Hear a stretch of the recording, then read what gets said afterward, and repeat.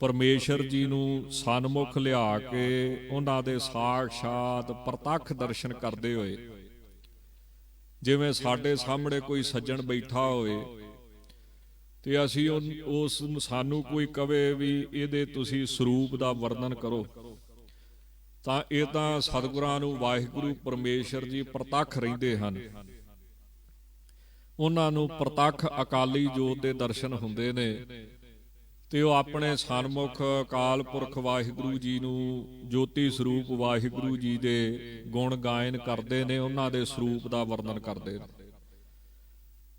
ਜਿਵੇਂ ਗੁਰਬਾਣੀ ਦੇ ਵਿੱਚ ਵੀ ਜਗਤ ਗੁਰੂ ਸ੍ਰੀ ਗੁਰੂ ਨਾਨਕ ਦੇਵ ਸਾਹਿਬ ਮਹਾਰਾਜ ਨੇ ਤਿਨਾਂ ਦੇ ਸਰੂਪ ਦਾ ਵਰਣਨ ਕੀਤਾ ਹੈ। ਇੱਕ ਓੰਕਾਰ ਸਤਨਾਮ ਕਰਤਾ ਪੁਰਖ ਨਿਰਭਉ ਨਿਰਵੈਰ ਅਕਾਲ ਮੂਰਤ ਅਜੂਨੀ ਸੈਭੰ ਗੁਰ ਪ੍ਰਸਾਦ ਜਾ ਪਾਤਸ਼ਾਹ ਜੁਗਾਦ ਸੱਚ ਹੈ ਭੀ ਸੱਚ ਨਾਨਕ ਹੋਸੀ ਭੀ ਸੱਚ। ਇਹ ਮੂਲ ਮੰਤਰ ਕੀ ਹੈ? ਵਾਹਿਗੁਰੂ ਜੀ ਦਾ ਸਰੂਪ ਹੈ। ਵਾਹਿਗੁਰੂ ਜੀ ਦੇ ਸਰੂਪ ਦੇ ਗੁਣ ਕਿੱਦਾਂ ਦੇ ਨੇ, ਸੁੰਦਰਤਾ ਕਿੱਦਾਂ ਦੀ ਹੈ, ਸੁਭਾਅ ਕਿੱਦਾਂ ਦਾ ਹੈ, ਉਹਨਾਂ ਦੇ ਸਰੂਪ ਦਾ ਵਰਣਨ ਕੀਤਾ ਗਿਆ ਹੈ। ਵਾਹਿਗੁਰੂ ਮੰਤਰ ਗੁਰ ਮੰਤਰ ਹੈ। ਜਿਵੇਂ ਸ਼੍ਰੀਮਾਨ ਭਾਈ ਗੁਰਦਾਸ ਸਾਹਿਬ ਜੀ ਵੀ ਫਰਮਾਉਂਦੇ ਨੇ ਕਿ ਵਾਹਿਗੁਰੂ ਗੁਰ ਮੰਤਰ ਹੈ ਜਪ ਹਉਮੈ ਖੋਈ। ਵਾਹਿਗੁਰੂ ਗੁਰ ਮੰਤਰ ਦਾ ਅਭਿਆਸ ਕੀਤਿਆਂ, ਨਾਮ ਦਾ ਅਭਿਆਸ ਕੀਤਿਆਂ ਜਿਹੜਾ ਪਰਮੇਸ਼ਰ ਮਿਲਦਾ ਹੈ, ਉਹ ਪਰਮੇਸ਼ਰ ਕਿੱਦਾਂ ਦਾ ਹੈ, ਤਾਂ ਉਹਦਾ ਲਕਸ਼ਣ, ਉਹਦਾ ਸਰੂਪ ਫਿਰ ਮਹਾਰਾਜ ਨੇ ਮੂਲ ਮੰਤਰ ਪਹਿਲੀ ਪੌੜੀ ਦੇ ਵਿੱਚ, ਮੂਲ ਮੰਤਰ ਦੇ ਵਿੱਚ ਵਰਣਨ ਕੀਤਾ ਹੈ। ਇਸੇ ਕਰਕੇ ਬਹੁਤੇ ਮਹਾਂਪੁਰਸ਼ ਪਹਿਲਾਂ ਮੂਲ ਮੰਤਰ ਦਾ ਅਭਿਆਸ ਕਰਦੇ ਨੇ, ਭਾਵੇਂ 5 ਮਿੰਟ ਕਰਨ, 10 ਮਿੰਟ ਕਰਨ, 15 ਮਿੰਟ ਕਰਨ, 20 ਮਿੰਟ ਕਰਨ, ਤੇ ਫਿਰ ਗੁਰਮੰਤਰ ਦਾ ਅਭਿਆਸ ਕਰਦੇ ਹਨ। ਮੂਲ ਮੰਤਰ ਬਾਬਾ ਜੀ ਦੱਸਦੇ ਹੁੰਦੇ ਨੇ, ਮਹਾਤਮਾ ਲੋਕ ਦੱਸਦੇ ਨੇ, ਸੰਤ ਲੋਕ ਦੱਸਦੇ ਨੇ ਕਿ ਮੂਲ ਮੰਤਰ ਜਿਹੜਾ ਹੈ ਉਹ ਸੁਰਤ ਨੂੰ ਸਾਫ਼ ਕਰਨ ਵਾਸਤੇ ਹੁੰਦਾ ਹੈ, ਤੇ ਵਾਹਿਗੁਰੂ ਮੰਤਰ ਜਿਹੜਾ ਹੈ ਇਹ ਸੁਰਤ ਨੂੰ ਉੱਚੀ ਚੁੱਕਣ ਵਾਸਤੇ, ਟਿਕਾਉਣ ਵਾਸਤੇ, ਰੂਹਾਨੀਅਤ ਦੀ ਅਵਸਥਾ ਪ੍ਰਾਪਤ ਕਰਨ ਵਾਸਤੇ ਵਾਹਿਗੁਰੂ ਮੰਤਰ ਦਾ ਅਭਿਆਸ ਹੁੰਦਾ ਹੈ। ਤੇ ਵਾਹਿਗੁਰੂ ਮੰਤਰ ਦੇ ਅਭਿਆਸ ਕਰਨ ਤੋਂ ਬਾਅਦ ਜਿਹੜਾ ਰੱਬ ਮਿਲਦਾ ਹੈ, ਪਰਮੇਸ਼ਰ ਮਿਲਦਾ ਹੈ, ਉਹ ਕੀ ਹੈ? ਮੂਲ ਮੰਤਰ ਇੱਕ ਓੰਕਾਰ ਹੈ, ਇੱਕ ਹੈ, ਸਤ ਹੈ, ਕਰਤਾ ਹੈ, ਪੁਰਖ ਹੈ, ਨਿਰਭਉ ਹੈ, ਨਿਰਵੈਰ ਹੈ। ਤਾਂ ਇੱਥੇ ਵੀ ਦਸਵੇਂ ਪਾਤਸ਼ਾਹ ਉਸ ਵਾਹਿਗੁਰੂ ਦੀ ਸੁੰਦਰਤਾ, ਉਹਦਾ ਸਰੂਪ ਉਹ ਕਿਸ ਤਰ੍ਹਾਂ ਦਾ ਹੈ, ਇਹ ਬਿਆਨ ਕਰਦੇ ਪਏ ਹਨ। ਸੋ ਆਓ ਬੜੇ ਪ੍ਰੇਮ ਦੇ ਨਾਲ ਸੁਣਨ ਦਾ ਯਤਨ ਕਰੀਏ। ਸਤਿਗੁਰੂ ਜੀ ਫਰਮਾਉਂਦੇ ਹਨ, ਵਾਹਿਗੁਰੂ ਜੀ ਕਲੰਕੰ ਬਿਨਾ ਨੇਕਲੰਕੀ ਸਰੂਪੇ। ਇਹ ਅਕਾਲ ਪੁਰਖ ਵਾਹਿਗੁਰੂ ਜੀਓ, ਆਪ ਜੀ ਕਲੰਕ ਤੋਂ ਬਿਨਾ ਹੋ, ਨੇਕਲੰਕੀ ਨਿਸ਼ਕਲੰਕ ਸਰੂਪ ਹੋ।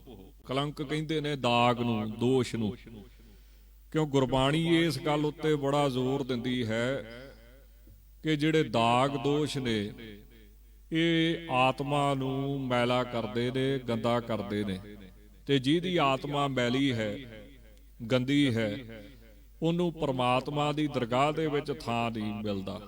ਜਿਵੇਂ ਗੁਰਬਾਣੀ ਕਹਿੰਦੀ ਨਾ, ਦਾਗ ਦੋਸ਼ ਉਹ ਚੱਲਿਆ ਲਾਏ, ਤਾਂ ਇਹ ਦਾਗ ਦੋਸ਼ ਰੱਬ ਦੀ ਦਰਗਾਹ ਦੇ ਵਿੱਚ ਥਾਂ ਨਹੀਂ ਦਿੰਦੇ ਹਨ।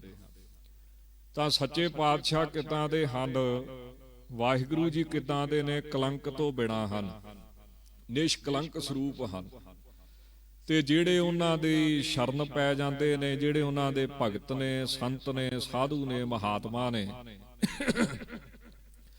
ਉਹਨਾਂ ਨੂੰ ਵੀ ਸੱਚੇ ਪਾਤਸ਼ਾਹ ਵਾਹਿਗੁਰੂ ਜੀ ਨਿਸ਼ਕਲੰਕ ਸਰੂਪ ਕਰ ਦਿੰਦੇ ਨੇ। ਸਤਿਗੁਰੂ ਗੁਰਬਾਣੀ ਦੇ ਵਿੱਚ ਲਿਖਦੇ, ਪਾਰ ਬ੍ਰਹਮ ਕੀ ਸਰਣੀ ਪਾਹੇ, ਕੋਟ ਕਲੰਕ ਖਿਨਮਹਿ ਮਿਟ ਜਾਹੇ। ਜਿਹੜੇ ਵਾਹਿਗੁਰੂ ਜੀ ਦੀ ਸ਼ਰਨ ਪੈ ਜਾਂਦੇ ਨੇ, ਉਹਨਾਂ ਦੇ ਕਰੋੜਾਂ ਪਾਪ ਕੀਤੇ ਹੋਏ, ਦਾਗ ਦੋਸ਼ ਵਿਕਾਰਾਂ ਦੇ ਲੱਗੇ ਹੋਏ ਮਿਟ ਜਾਂਦੇ ਹਨ। ਤਾਂ ਪਹਿਲਾ ਅਰਥ ਤੇ ਇਹੀ ਹੈ ਵੀ ਵਾਹਿਗੁਰੂ ਜਿਹੜੇ ਨੇ ਉਹ ਕਲੰਕ ਤੋਂ ਬਿਨਾਂ ਨਿਸ਼ਕਲੰਕ ਸਰੂਪ ਨੇ, ਪਾਪ ਤੋਂ ਬਿਨਾਂ ਨੇ, ਵਿਕਾਰ ਤੋਂ ਬਿਨਾਂ ਨੇ, ਉਹਨਾਂ ਤੇ ਕੋਈ ਦਾਗ ਦੋਸ਼ ਨਹੀਂ ਲੱਗ ਸਕਦਾ। ਦੂਸਰਾ ਅਰਥ ਇਸ ਤਰ੍ਹਾਂ ਵੀ ਸੰਤ ਸਾਧੂ ਕਰ ਦਿੰਦੇ ਨੇ ਵੀ ਜਿਹੜੇ ਕਲੰਕੀ ਸਰੂਪੇ, ਨੰਨੇ ਨੂੰ ਥੋੜਾ ਜਿਹਾ ਵੱਖਰਾ ਕਰਕੇ ਵੀ ਜਿਹੜੇ ਕਲੰਕ ਰੂਪ ਨੇ, ਪਾਪੀ ਨੇ, ਜਿਹੜੇ ਮਨਮੁਖ ਨੇ, ਜੇ ਉਹ ਵਾਹਿਗੁਰੂ ਜੀ ਦੀ ਸ਼ਰਨ ਆ ਜਾਣ ਤਾਂ ਨੰਨੇ ਦਾ ਅਰਥ ਫਿਰ ਇਸ ਤਰ੍ਹਾਂ ਮਹਾਤਮਾ ਲੋਕ ਕਰਦੇ ਨੇ ਵੀ ਨੰਨਾ ਮੈਨੇ ਵਿਸ਼ੇਸ਼ ਕਰਕੇ ਉਹਨਾਂ ਨੂੰ ਕਲੰਕ ਤੋਂ ਬਿਨਾ ਕਰ ਦਿੰਦਾ ਹੈ, ਉਹਨਾਂ ਨੂੰ ਪਵਿੱਤਰ ਕਰ ਦਿੰਦਾ ਹੈ, ਉਹਨਾਂ ਦਾ ਜੀਵਨ ਜਿਹੜਾ ਹੈ ਉਹ ਪ੍ਰੇਰਨਾ ਸਰੋਤ ਬਣ ਜਾਂਦਾ ਹੈ। ਜਾਂ ਫਿਰ ਅਵਤਾਰਵਾਦ ਦਾ ਵੀ ਅਰਥ ਕੀਤਾ ਜਾਂਦਾ ਹੈ। ਭਗਵਾਨ ਵਿਸ਼ਨੂੰ ਜੀ ਦੇ ਜਿਹੜੇ ਅਵਤਾਰ ਨੇ ਉਹਨਾਂ ਚੋਂ ਅਖੀਰਲੇ ਅਵਤਾਰ ਕੌਣ ਨੇ? ਉਹ ਨੇਕਲੰਕ ਅਵਤਾਰ ਨੇ। ਤਾਂ ਹੇ ਅਕਾਲ ਪੁਰਖ ਸੱਚੇ ਪਾਤਸ਼ਾਹ ਜੀ, ਆਪ ਜੀ ਕਲੰਕ ਤੋਂ ਬਿਨਾਂ ਰਹਿਤ ਨੇਕਲੰਕੀ ਨਿਹਕਲੰਕ ਅਵਤਾਰ ਦੇ ਸਰੂਪ ਨੂੰ ਧਾਰਨ ਕਰਨ ਵਾਲੇ ਜਿਹੜੇ ਅਵਤਾਰ ਵੀ ਨੇ, ਇਹ ਵੀ ਆਪ ਜੀ ਦੀ ਬਰਕਤ, ਆਪ ਜੀ ਦੀ ਤਾਕਤ ਲੈ ਕੇ ਸੰਸਾਰ ਦੇ ਵਿੱਚ ਆਉਂਦੇ ਨੇ। ਜਿਵੇਂ 10ਵੇਂ ਪਾਤਸ਼ਾਹ ਲਿਖਿਆ ਨਾ, ਭਾਰ ਅਪਾਰ ਨਿਵਾਰਨ ਕੋ ਕਲਕੀ ਅਵਤਾਰ ਕਹਾਂ ਹਵੇਂਗੇ, ਪਲ ਭਾਗ ਭਇਆ ਇਹ ਸੰਭਲ ਕੇ ਹਰਜੂ ਹਰਮੰਦਰ ਆਵੇਂਗੇ। ਤਾਂ ਜਿਹੜਾ ਨੇਕਲੰਕ ਅਵਤਾਰ ਦੇ ਸਰੂਪ ਨੂੰ ਕਿੰਨੇ ਧਾਰਨ ਕਰਦਾ ਹੈ? ਉਹ ਵੀ ਵਾਹਿਗੁਰੂ ਨੇ ਹੀ ਧਾਰਨ ਕਰਨਾ ਹੈ, ਸੰਸਾਰ ਦਾ ਭਾਰ ਦੂਰ ਕਰਨ ਵਾਸਤੇ। ਇਸ ਤਰ੍ਹਾਂ ਵਾਹਿਗੁਰੂ ਪਰਮੇਸ਼ਰ ਜੀ ਕਲੰਕ ਤੋਂ ਬਿਨਾਂ ਨੇ ਤੇ ਆਪਣੇ ਪਿਆਰਿਆਂ ਨੂੰ ਵੀ ਕਲੰਕ ਤੋਂ ਰਹਿਤ ਕਰ ਦਿੰਦੇ ਹਨ। ਇਹ ਭਗਤਾਂ ਦੇ ਲੱਛਣ ਦੱਸੇ ਨੇ। ਪਰਮਾਤਮਾ ਦੇ ਪਿਆਰਿਆਂ ਦੇ ਲੱਛਣ ਕੀ ਹੁੰਦੇ? ਉਹ ਕਲੰਕ ਤੋਂ ਬਿਨਾਂ ਨੇ। ਹੋਰ ਵੀ ਧਾਰਮਿਕ ਗ੍ਰੰਥਾਂ ਦੇ ਵਿੱਚ ਉਹਨਾਂ ਦੇ ਲੱਛਣ ਕਥਨ ਕੀਤੇ ਨੇ। ਪਹਿਲਾ ਲੱਛਣ ਕੀ ਹੁੰਦਾ ਪਰਮਾਤਮਾ ਦੇ ਪਿਆਰਿਆਂ ਦਾ? ਵੀ ਉਹ ਅਗਿਆਨੀ ਨਹੀਂ ਹੁੰਦੇ, ਅੰਧ ਵਿਸ਼ਵਾਸੀ ਨਹੀਂ ਹੁੰਦੇ, ਜਿਨ੍ਹਾਂ ਨੂੰ ਆਪਾਂ ਆਮ ਸਾਫ ਸ਼ਬਦਾਂ, ਜਿਵੇਂ ਅੱਜ ਕੱਲ੍ਹ ਲੋਕ ਬਹੁਤਾ ਜਿਹੜੇ ਧਰਮ ਤੋਂ ਨਫ਼ਰਤ ਕਰਦੇ ਨੇ, ਆਪਣੇ ਆਪ ਨੂੰ ਸਿਆਣੇ ਸਮਝਦੇ ਨੇ, ਪੜ੍ਹੇ ਲਿਖੇ ਸਮਝਦੇ ਨੇ, ਉਹ ਕਹਿੰਦੇ ਧਰਮ ਅੰਧ ਵਿਸ਼ਵਾਸ ਹੈ। ਨਹੀਂ, ਪਰਮਾਤਮਾ ਦੇ ਪਿਆਰਿਆਂ ਦਾ ਪਹਿਲਾ ਲੱਛਣ ਕੀ? ਉਹ ਅੰਧ ਵਿਸ਼ਵਾਸੀ ਨਹੀਂ ਹੁੰਦੇ। ਅੰਧ ਵਿਸ਼ਵਾਸੀ ਉਹ ਆ ਜਿਹੜਾ ਪਰਮਾਤਮਾ ਦੇ ਪ੍ਰਭਾਵ ਨੂੰ ਨਹੀਂ ਜਾਣਦਾ, ਪਰਮਾਤਮਾ ਦੇ ਸਰੂਪ ਨੂੰ ਨਹੀਂ ਜਾਣਦਾ, ਪਰਮਾਤਮਾ ਦੇ ਗੁਣਾਂ ਨੂੰ ਨਹੀਂ ਜਾਣਦਾ, ਪਰਮਾਤਮਾ ਦੇ ਰਹੱਸ ਨੂੰ ਨਹੀਂ ਜਾਣਦਾ। ਜਿਹਨੂੰ ਇਹ ਕੁਝ ਪਤਾ ਨਾ ਹੋਵੇ ਤੇ ਫਿਰ ਵੀ ਮੰਨੇ, ਉਹ ਅੰਧ ਵਿਸ਼ਵਾਸੀ ਮੰਨੇ ਜਾਂਦੇ।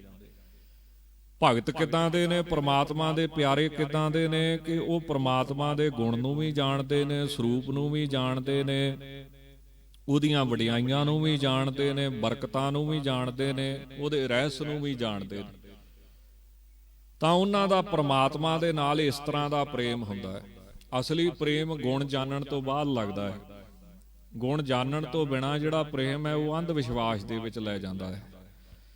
ਤਾਂ ਪਹਿਲੀ ਨਿਸ਼ਾਨੀ ਕੀ ਹੈ? ਕਿ ਉਹ ਅਗਿਆਨੀ ਨਹੀਂ ਹੁੰਦੇ, ਅੰਧ ਵਿਸ਼ਵਾਸੀ ਨਹੀਂ ਹੁੰਦੇ, ਉਹ ਪਰਮਾਤਮਾ ਨੂੰ ਜਾਣਦੇ ਹਨ। ਦੂਸਰੀ ਨਿਸ਼ਾਨੀ ਧਾਰਮਿਕ ਗ੍ਰੰਥਾਂ ਦੇ ਵਿੱਚ ਕੀ ਲਿਖੀ ਹੈ? ਵੀ ਜਿਹੜਾ ਪਰਮਾਤਮਾ ਦਾ ਭਗਤ ਹੁੰਦਾ ਹੈ ਉਹ ਨਿਰਭੈ ਹੁੰਦਾ ਹੈ, ਭੈ ਤੋਂ ਰਹਿਤ ਹੁੰਦਾ ਹੈ, ਉਹਨੂੰ ਕਿਸੇ ਪ੍ਰਕਾਰ ਦਾ ਕੋਈ ਡਰ ਨਹੀਂ ਹੁੰਦਾ।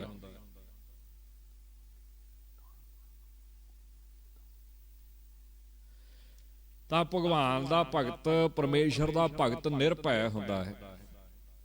ਉਹ ਜਾਣਦਾ ਵਾ ਵੀ ਸਾਰੇ ਸੰਸਾਰ ਦਾ ਸੁਆਮੀ ਕੌਣ ਹੈ? ਵਾਹਿਗੁਰੂ ਹੈ। ਮਾਲਕ ਕੌਣ ਹੈ? ਵਾਹਿਗੁਰੂ ਹੈ। ਤੇ ਜਿਹੜੀ ਮੌਤ ਹੈ ਉਹ ਵੀ ਉਹਦੇ ਅਧੀਨ ਹੈ। ਇਸ ਕਰਕੇ ਪ੍ਰਮਾਤਮਾ ਦੇ ਪਿਆਰੇ ਨੂੰ ਮੌਤ ਦਾ ਭੈ ਨਹੀਂ, ਫਿਰ ਉਹਨੇ ਦੁਨੀਆ ਦਾ ਭੈ ਕੀ ਮੰਨਣਾ? ਕਿਉਂਕਿ ਸਭ ਤੋਂ ਵੱਡਾ ਭੈ ਜਿਹੜਾ ਹੈ ਉਹ ਮੌਤ ਦਾ ਮੰਨਿਆ ਗਿਆ ਹੈ। ਤਾਂ ਇਸ ਤਰ੍ਹਾਂ ਧਾਰਮਿਕ ਗ੍ਰੰਥਾਂ ਦੇ ਵਿੱਚ ਬੜੇ ਸੁੰਦਰ ਜ਼ਿਕਰ ਕੀਤੇ ਨੇ। ਤੀਸਰਾ, ਪਰਮਾਤਮਾ ਦੇ ਪਿਆਰੇ ਦੀ ਨਿਸ਼ਾਨੀ ਕੀ ਹੈ? ਕਿ ਉਹ ਕਿਸੇ ਵਸਤੂ ਦੇ ਨਾਲ ਮੋਹ ਨਹੀਂ ਕਰਦਾ ਹੈ, ਮਮਤਾ ਦਾ ਉਹਦਾ ਸੰਬੰਧ ਨਹੀਂ ਹੁੰਦਾ ਹੈ।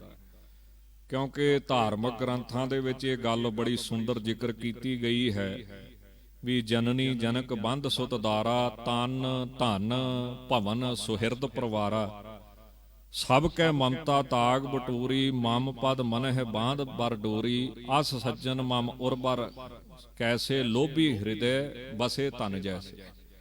ਸੰਸਾਰ ਦੇ ਵਿੱਚ ਬੰਦੇ ਦਾ ਮੋਹ ਕਿੱਥੇ ਹੈ? ਉਹਦਾ ਮੋਹ ਹੁੰਦਾ ਹੈ ਮਾਤਾ ਵਿੱਚ, ਜਿਵੇਂ ਬੱਚੇ ਦਾ ਮੋਹ ਮਾਤਾ ਨਾਲ ਹੈ, ਪਿਤਾ ਦੇ ਵਿੱਚ, ਭਾਈ ਦੇ ਵਿੱਚ, ਪੁੱਤਰ ਦੇ ਵਿੱਚ, ਇਸਤਰੀ ਦੇ ਵਿੱਚ, ਸਰੀਰ ਦੇ ਵਿੱਚ, ਪੈਸੇ ਵਿੱਚ। ਹੁਣ ਸਰੀਰ ਦਾ ਮੋਹ ਕਿੰਨਾ ਹੈ?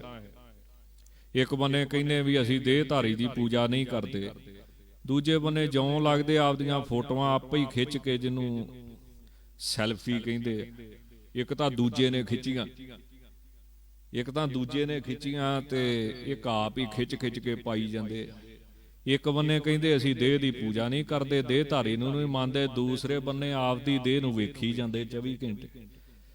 ਤਾਂ ਸਰੀਰ ਦੇ ਵਿੱਚ ਮਮਤਾ ਹੁੰਦੀ ਹੈ, ਪੈਸੇ ਦੇ ਵਿੱਚ ਮਮਤਾ ਹੁੰਦੀ ਹੈ। ਇਹਨਾਂ ਸਾਰਿਆਂ ਵਿਸ਼ਿਆਂ ਦੇ ਵਿੱਚੋਂ, ਪਦਾਰਥਾਂ ਦੇ ਵਿੱਚੋਂ ਜਿਹੜੇ ਪ੍ਰਮਾਤਮਾ ਦੇ ਪਿਆਰੇ ਨਾ, ਉਹ ਆਪਣਾ ਮੋਹ ਕੱਢ ਕੇ, ਮਮਤਾ ਕੱਢ ਕੇ ਤਾਂ ਇੱਕ ਡੋਰੀ ਬਣਾਉਂਦੇ ਆ, ਇੱਕ ਰੱਸੀ ਵੱਟਦੇ ਆ ਮਮਤਾ ਦੀ, ਮੋਹ ਦੀ। ਉਹਨੂੰ ਫਿਰ ਪਰਮੇਸ਼ਰ ਦੇ ਚਰਨਾਂ ਨਾਲ ਪਾਉਂਦੇ ਆ। ਜਿਵੇਂ ਮਹਾਰਾਜ ਕਹਿੰਦੇ ਨਾ, ਕਿਤੇ ਪ੍ਰਕਾਰ ਨਾ ਟੁੱਟੋ ਪ੍ਰੀਤ, ਦਾਸ ਤੇਰੇ ਕੀ ਨਿਰਮਲ ਰੀਤ। ਤਾਂ ਸਾਰੇ ਸੰਸਾਰ ਦੇ ਵਿੱਚੋਂ ਆਪਣੀ ਮਮਤਾ ਕੱਢ ਕੇ, ਮੋਹ ਕੱਢ ਕੇ ਫਿਰ ਵਾਹਿਗੁਰੂ ਜੀ ਦੇ ਚਰਨਾਂ ਦੇ ਨਾਲ ਪਾ ਲੈਂਦੇ।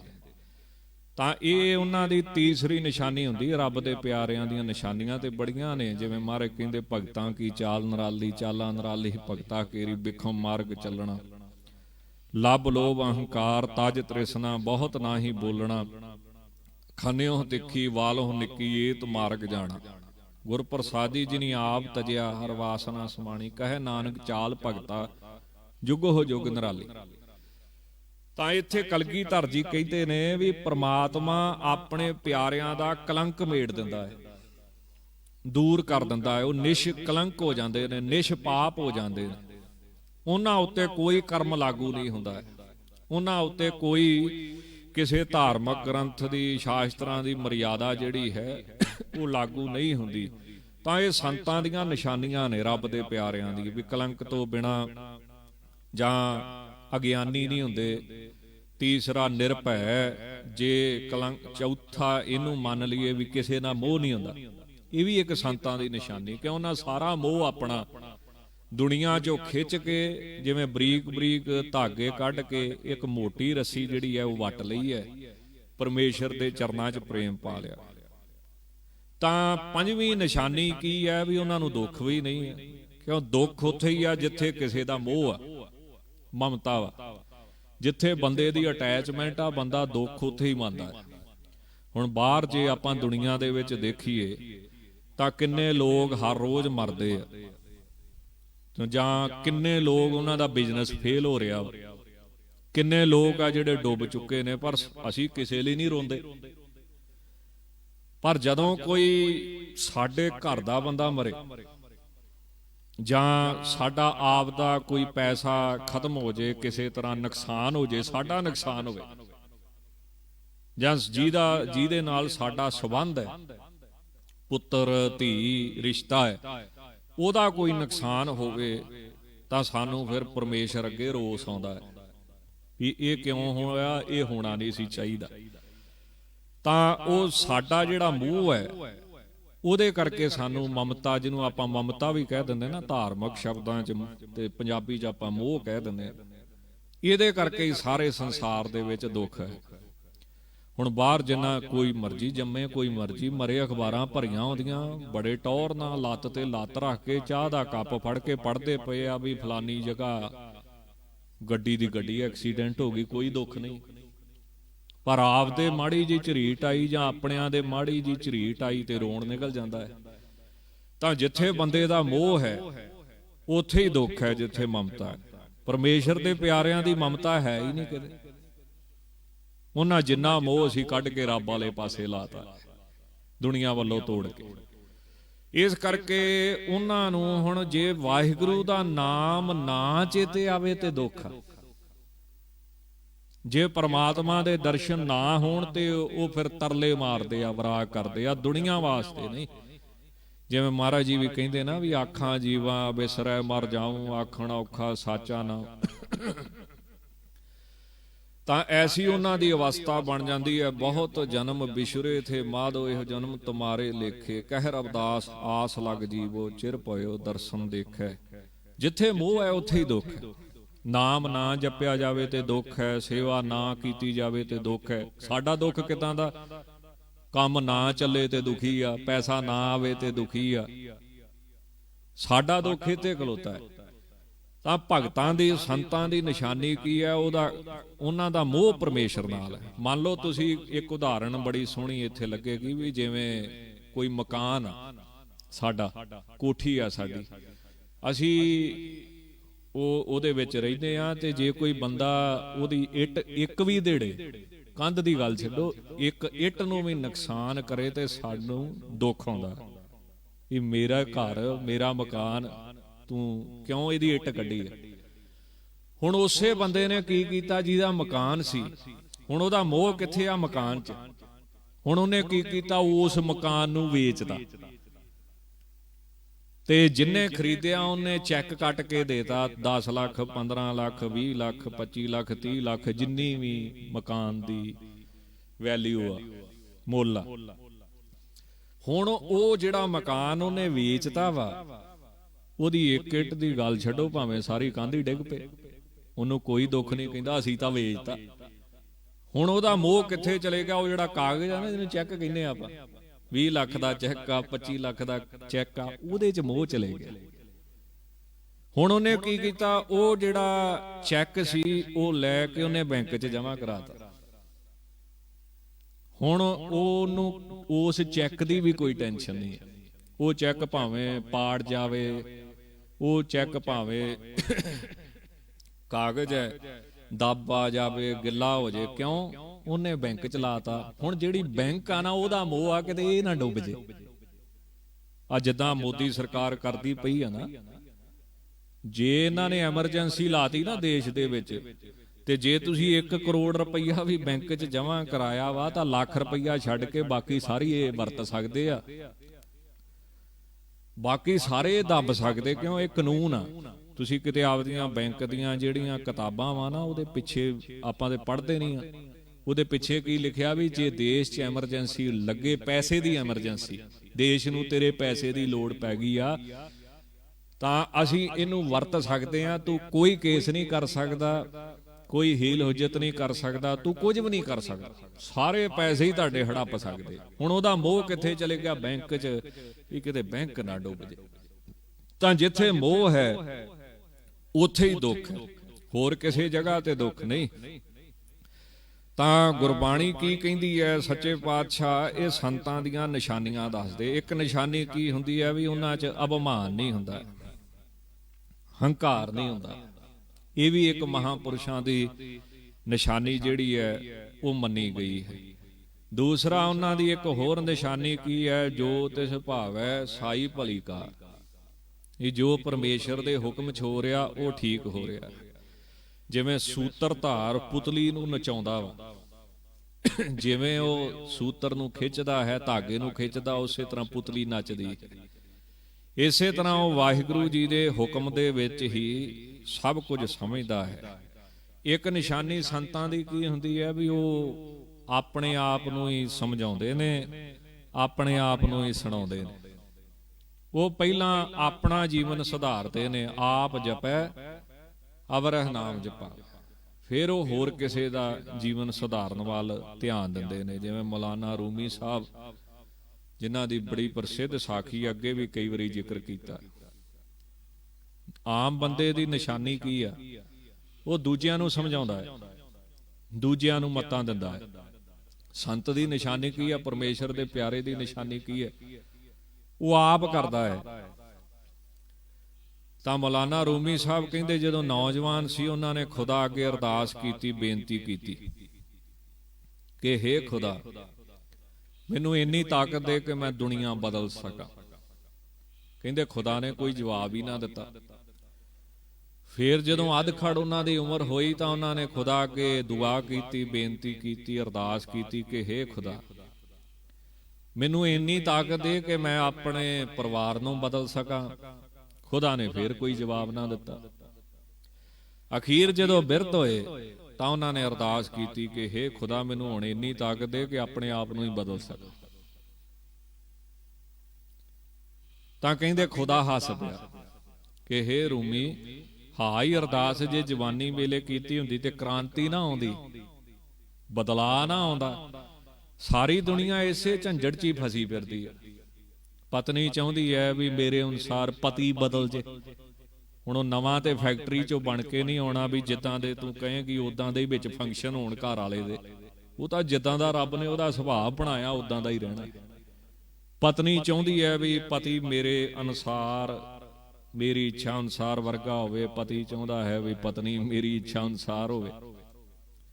ਇਸੇ ਤਰ੍ਹਾਂ ਮਾਂ ਪਿਓ ਚਾਹੁੰਦੇ ਨੇ ਕਿ ਬੱਚੇ ਸਾਡੇ ਅਨੁਸਾਰ ਬਦਲਣ, ਬੱਚੇ ਕਹਿੰਦੇ ਨੇ ਮਾਂ ਪਿਓ ਸਾਡੇ ਆਖੇ ਨਹੀਂ ਲੱਗਦੇ। ਸਾਰੀ ਉਮਰ ਇਸੇ ਹੀ ਜੱਦੋ-ਜਹਿਦ ਚ ਲੰਘ ਜਾਂਦੀ, ਦੂਜੇ ਨੂੰ ਬਦਲਣ ਦੇ ਵਿੱਚ ਸਾਰੀ ਉਮਰ ਹੀ ਲੰਘਾਈ ਹੈ, ਦੂਜੇ ਦੇ ਧਿਆਨ ਦੇਣ 'ਚ ਹੀ ਸਾਰੀ ਉਮਰ ਲੰਘੀ ਹੈ। ਪਰ ਸੰਤ ਕਿਦਾਂ ਦੇ ਨੇ ਜਿਹੜੇ ਆਪਣੇ ਆਪ ਨੂੰ ਬਦਲਦੇ ਨੇ, ਜਿਵੇਂ ਮਹਾਰਾਜ ਕਹਿੰਦੇ ਨਾ ਵੀ ਮਨ ਜੀਤੈ ਜਗ ਜੀਤ, ਜਾਂ ਪ੍ਰਥਮੇ ਮਨ ਪ੍ਰਬੋਧੇ ਆਪਣਾ ਪਾਛੇ ਅਵਰ ਰਿਝਾਵੇ। ਤਾਂ ਇਹ ਕੁਝ ਸੰਤਾਂ ਦੀਆਂ ਨਿਸ਼ਾਨੀਆਂ ਨੇ ਵੀ ਉਹ ਕਲੰਕ ਤੋਂ ਬਿਨਾਂ ਨੇ। ਪਰਮਾਤਮਾ ਦੇ ਪਿਆਰਿਆਂ ਦੀ ਨਿਸ਼ਾਨੀ ਕੀ ਹੈ ਵੀ ਕਲੰਕ ਤੋਂ ਬਿਨਾਂ। ਜਾਂ ਬਹੁਤ ਥੋੜਾ ਬੋਲਣਾ, ਇਹ ਵੀ ਉਹਨਾਂ ਦੀ ਨਿਸ਼ਾਨੀ ਹੈ। ਤਾਂ ਇਹ ਕੁਝ ਨਿਸ਼ਾਨੀਆਂ ਗੁਰਬਾਣੀ ਦੇ ਜਦੋਂ ਆਪਾਂ ਦੂਸਰਾ ਅਰਥ ਕਰੀਏ, ਤੀਸਰਾ ਅਰਥ ਕਰੀਏ, ਤਾਂ ਇਸ ਤਰ੍ਹਾਂ ਫਿਰ ਮਹਾਂਪੁਰਸ਼ ਲਾ ਲੈਂਦੇ ਨੇ। ਤਾਂ ਹੇ ਵਾਹਿਗੁਰੂ ਪਰਮੇਸ਼ਰ ਜੀ, ਕਿ ਜਿਹੜੇ ਆਪ ਜੀ ਦੇ ਪਿਆਰੇ ਨੇ, ਉਹਨਾਂ ਦੀਆਂ ਜਿਹੜੀਆਂ ਨਿਸ਼ਾਨੀਆਂ ਨੇ, ਉਹਨਾਂ ਚੋਂ ਇੱਕ ਨਿਸ਼ਾਨੀ ਇਹ ਵੀ ਹੈ ਕਿ ਉਹ ਪਾਪ ਤੋਂ ਰਹਿਤ ਨੇ, ਉਹ ਮਾੜੇ ਕਰਮ ਤੋਂ ਰਹਿਤ ਨੇ। ਤੇ ਹੋਰ ਵੀ ਨਿਸ਼ਾਨੀਆਂ ਬੜੀਆਂ ਨੇ, ਪਰ ਜਿਵੇਂ ਮੰਨ ਲਓ ਵੀ ਜਿਵੇਂ ਕਾਮੀ ਬੰਦੇ ਦੇ ਹਿਰਦੇ ਵਿੱਚ ਔਰਤ ਕਾਮ ਵਸਦਾ ਹੈ, ਲੋਭੀ ਦੇ ਹਿਰਦੇ ਵਿੱਚ ਪੈਸਾ ਵਸਦਾ ਹੈ, ਇਸੇ ਤਰ੍ਹਾਂ ਵਾਹਿਗੁਰੂ ਦੇ ਪਿਆਰਿਆਂ ਦੇ ਹਿਰਦੇ ਵਿੱਚ ਵਾਹਿਗੁਰੂ ਪਰਮੇਸ਼ਰ ਜੀ ਵਸਦੇ ਹਨ। ਜਿਵੇਂ ਭਗਤ ਜੀ ਦਾ ਗੁਰਬਾਣੀ ਦੇ ਵਿੱਚ ਸ਼ਬਦ ਵੀ ਆਉਂਦਾ ਹੈ, ਜਾਂ ਸਤਿਗੁਰੂ ਜੀ ਦੇ ਸ਼ਬਦ ਵੀ ਬਾਣੀ ਦੇ ਵਿੱਚ ਆਉਂਦੇ ਨੇ, ਜੈਸੇ ਭੂਖੇ ਪ੍ਰੀਤ ਅਨਾਜ, ਤ੍ਰਿਖਾਵੰਤ ਜਲ ਛੇਤੀ ਕਾਜ। ਇਸ ਤਰ੍ਹਾਂ ਉਹਨਾਂ ਦੇ ਚਿੱਤ ਦੇ ਵਿੱਚ ਵਾਹਿਗੁਰੂ ਪਰਮੇਸ਼ਰ ਵਸਦਾ ਹੈ। ਤਾਂ ਗੁਰੂ ਕੇ ਪਿਆਰਿਆਂ ਦੀ, ਮਹਾਂਪੁਰਸ਼ਾਂ ਦੀ ਨਿਸ਼ਾਨੀ ਕੀ ਹੈ? ਪਾਰ ਬ੍ਰਹਮ ਕੀ ਸਰਣੀ ਪਾਹੇ, ਕੋਟ ਕਲੰਕ ਖਿਨ ਮਹਿ ਮਿਟ ਜਾਏ। ਉਹ ਆਪ ਵੀ ਪਵਿੱਤਰ ਹੋ ਜਾਂਦੇ ਨੇ ਤੇ ਹੋਰਾਂ ਨੂੰ ਵੀ ਉਹ ਪਵਿੱਤਰ ਕਰ ਲੈਂਦੇ ਹਨ। ਨਮੋ ਰਾਜ ਰਾਜੇਸ਼ਵਰੰ ਪਰਮ ਰੂਪੇ। ਹੋਰ ਸੱਚੇ ਪਾਤਸ਼ਾਹ ਫਰਮਾਉਂਦੇ ਨੇ, ਬੜੇ ਪ੍ਰੇਮ ਦੇ ਨਾਲ ਕਹਿੰਦੇ ਨੇ ਕਿ ਉਹਨਾਂ ਦੇ ਵਾਹਿਗੁਰੂ ਜੀ ਦੇ ਗੁਣ, ਕਿ ਹੇ ਵਾਹਿਗੁਰੂ ਜੀ, ਆਪ ਜੀ ਰਾਜਿਆਂ ਦੇ ਰਾਜੇ ਹੋ। ਰਾਜ ਰਾਜੇ, ਰਾਜ ਈਸ਼ਵਰ। ਹੁਣ ਜਿਹੜੇ ਰਾਜਿਆਂ ਦੇ ਵੀ ਰਾਜੇ, ਉਹਨਾਂ ਦੇ ਵੀ ਈਸ਼ਵਰ, ਉਹਨਾਂ ਦੇ ਵੀ ਵੱਡੇ। ਜਿਵੇਂ ਕਿੱਡੇ ਕਿੱਡੇ ਬਾਦਸ਼ਾਹ ਹੋਏ ਨੇ, ਕੰਸ ਵਰਗੇ, ਰਾਵਣ ਵਰਗੇ, ਕਿੰਨੇ ਕਿੰਨੇ ਰਾਜੇ ਉਹਨਾਂ ਦੇ ਅਧੀਨ ਸੀ। ਤੁਸੀਂ ਉਹਨਾਂ ਦੇ ਵੀ ਵੱਡਿਆਂ ਦੇ, ਰਾਜਿਆਂ ਦੇ ਵੀ, ਰਾਜਿਆਂ ਦੇ ਵੀ ਈਸ਼ਵਰ ਵੱਡੇ ਹੋ। ਤੇ ਪਰਮ ਰੂਪੇ, ਪਰਮ ਰੂਪੇ ਮੈਨੇ ਪਰਮ ਉਤਕ੍ਰਿਸ਼ਟ ਰੂਪੇ, ਸੁੰਦਰਤਾ ਵਾਲੇ। ਜਿੰਨਾ ਸੋਹਣਾ ਸਰੂਪ ਆਪ ਜੀ ਦਾ ਹੈ, ਇੰਨਾ ਸੋਹਣਾ ਕੋਈ ਵੀ ਨਹੀਂ ਹੈ। ਕਿਉਂ? ਦੁਨਿਆਵੀ ਚੰਮ ਉੱਤੇ ਤੇ ਫਿਰ ਅਵਸਥਾ ਬਤੀਤ ਹੁੰਦੀ, ਪਹਿਲਾਂ ਬਚਪਨ ਹੁੰਦਾ ਹੈ, ਫਿਰ ਜਵਾਨੀ ਆ ਜਾਂਦੀ, ਫਿਰ ਬੁਢੇਪਾ ਆ ਜਾਂਦਾ ਹੈ।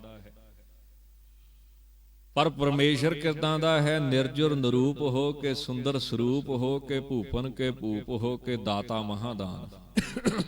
ਉਹ ਨਿਰਜੁਰ ਸਰੂਪ ਨੇ ਤੇ ਸੁੰਦਰਤਾ ਉਹਨਾਂ ਦੀ ਕਦੀ ਵੀ ਖਤਮ ਹੋਣ ਵਾਲੀ ਨਹੀਂ। ਜਾਂ ਫਿਰ ਹੇ ਅਕਾਲ ਪੁਰਖ, ਆਪ ਰਾਜੇ ਰਾਜਿਆਂ ਦੇ ਵੀ ਰਾਜ ਰਾਜਾ ਹੋ, ਤੇ ਤੇਰਾ ਰੂਪੇ ਜਿਹੜਾ ਸਰੂਪ ਹੈ ਉਹ ਸਵਰੰਗ, ਸ੍ਰੇਸ਼ਟ ਤੋਂ ਵੀ ਪਰਮ ਸ੍ਰੇਸ਼ਟ ਹੈ, ਸੋਹਣਿਆਂ ਤੋਂ ਵੀ ਸੋਹਣਾ ਹੈ। ਸਾਵਲ ਸੁੰਦਰ ਰਾਮਈਆ, ਮੇਰਾ ਮਨ ਲਾਗਾ ਤੋਹੇ। ਸੁੰਦਰ ਸਰੂਪ ਹੋ ਕੇ, ਭੂਪਨ ਕੇ ਭੂਪ ਹੋ ਕੇ, ਰੂਪ ਹੂੰ ਕੋ ਰੂਪ। ਸੁੰਦਰਤਾ ਦੀ ਵੀ ਆਪ ਜੀ ਸੁੰਦਰਤਾ ਹੋ। ਐਸੇ ਸਰੂਪ ਨੂੰ ਸੱਚੇ ਪਾਤਸ਼ਾਹ ਕਹਿੰਦੇ ਨਮੋ ਨਮਸਕਾਰ ਹੈ। ਨਮੋ ਜੋਗ ਜੋਗੇਸ਼ਵਰੰ ਪਰਮ ਸਿੱਧੇ। ਨਮਸਕਾਰ ਹੈ ਕਿਸ ਵਾਹਿਗੁਰੂ ਨੂੰ? ਜੋਗ, ਜੋਗੀਆਂ ਦਾ ਵੀ ਜੋਗ, ਜਿਹੜੇ ਵੱਡੇ ਜੋਗੀ ਨੇ ਉਹਨਾਂ ਦਾ ਵੀ ਜਿਹੜਾ ਈਸ਼ਵਰ ਹੈ, ਵੱਡਾ ਹੈ। ਹੁਣ ਜੋਗ ਜੋਗੀ, ਜੋਗੇ ਪ੍ਰਧਾਨ ਜੋਗੀ, ਉਹਨਾਂ ਦਾ ਵੀ ਈਸ਼ਵਰ ਕੌਣ ਹੈ? ਵਾਹਿਗੁਰੂ।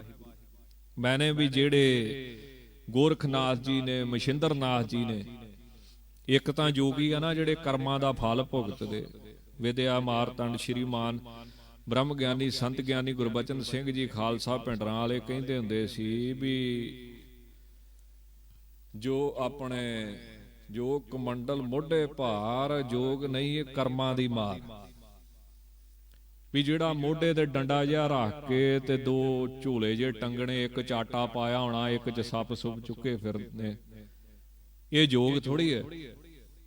ਇਹਦੇ ਕਰਮਾਂ ਦਾ ਫਲ ਆ ਵੀ ਪਿਛਲੇ ਜਨਮ ਦੇ ਵਿੱਚ ਕੋਈ ਮਾੜੇ ਕਰਮ ਕੀਤੇ ਸੀ, ਇਸ ਕਰਕੇ ਰੱਬ ਨੇ ਇੰਨਾ ਭਾਰ ਪਾਇਆ ਵੀ ਸਾਰੀ ਉਮਰ ਚੁੱਕ ਕੇ ਤੁਰਿਆ ਫਿਰ, ਕਦੀ ਉਸ ਗਲੀ ਕਦੀ ਉਸ ਗਲੀ, ਕਦੀ ਕਿਸੇ ਘਰੋਂ ਆਟਾ ਮੰਗ, ਕਦੀ ਕਿਸੇ ਘਰੋਂ ਆਟਾ ਮੰਗ। ਤਾਂ ਜਿਹੜੇ ਅਸਲੀ ਜੋਗੀ, ਰੱਬ 'ਚ ਜੁੜੇ ਹੋਏ ਜੋਗੀ, ਜਿਨ੍ਹਾਂ ਨੇ ਦਸਮ ਦਵਾਰ ਦੇ ਵਿੱਚ ਨਿਵਾਸ ਕੀਤਾ, ਇਹੋ ਜਿਹੇ ਜੋਗੀ, ਉਹਨਾਂ ਦੇ ਵੱਡੇ ਜੋਗੀ ਕੌਣ? ਗੋਰਖਨਾਥ ਜੀ, ਮਛਿੰਦਰਨਾਥ ਜੀ। ਉਹਨਾਂ ਦਾ ਵੀ ਵੱਡਾ ਕੌਣ ਹੈ? ਉਹਨੇ ਈਸ਼ਵਰ ਵਾਹਿਗੁਰੂ ਪਰਮੇਸ਼ਰ, ਜਿਹੜਾ ਸਭ ਤੋਂ ਵੱਡਾ ਜੋਗੀ। ਕਿਉਂ ਵੱਡਾ ਹੈ? ਪਰਮ ਸਿੱਧੇ। ਉਹਦੇ ਵਿੱਚ ਜਿਹੜੀਆਂ ਸਿੱਧੀਆਂ ਨੇ ਉਹ ਪਰਮ ਸਭ ਤੋਂ ਉਤਕ੍ਰਿਸ਼ਟ ਨੇ।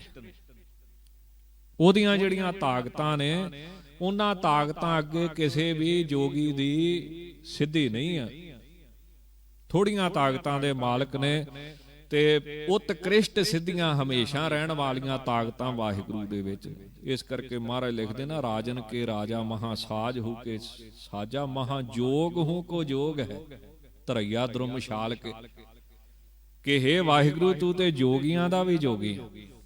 ਜਾਂ ਫਿਰ ਪਰਮ ਸਿੱਧੀਆਂ, ਉਹ ਕੀ? ਵੀ ਸਿੱਧਨ ਮੈਂ ਤੇਰੀ ਪ੍ਰਭ ਸਿੱਧਾ, ਕਰਮਨ ਸਿਰ ਕਰਮਾ ਆਗਿਆ, ਮੈਂ ਤੇਰੀ ਪ੍ਰਭ ਆਗਿਆ, ਹੁਕਮਨ ਸਿਰ ਹੁਕਮਾ।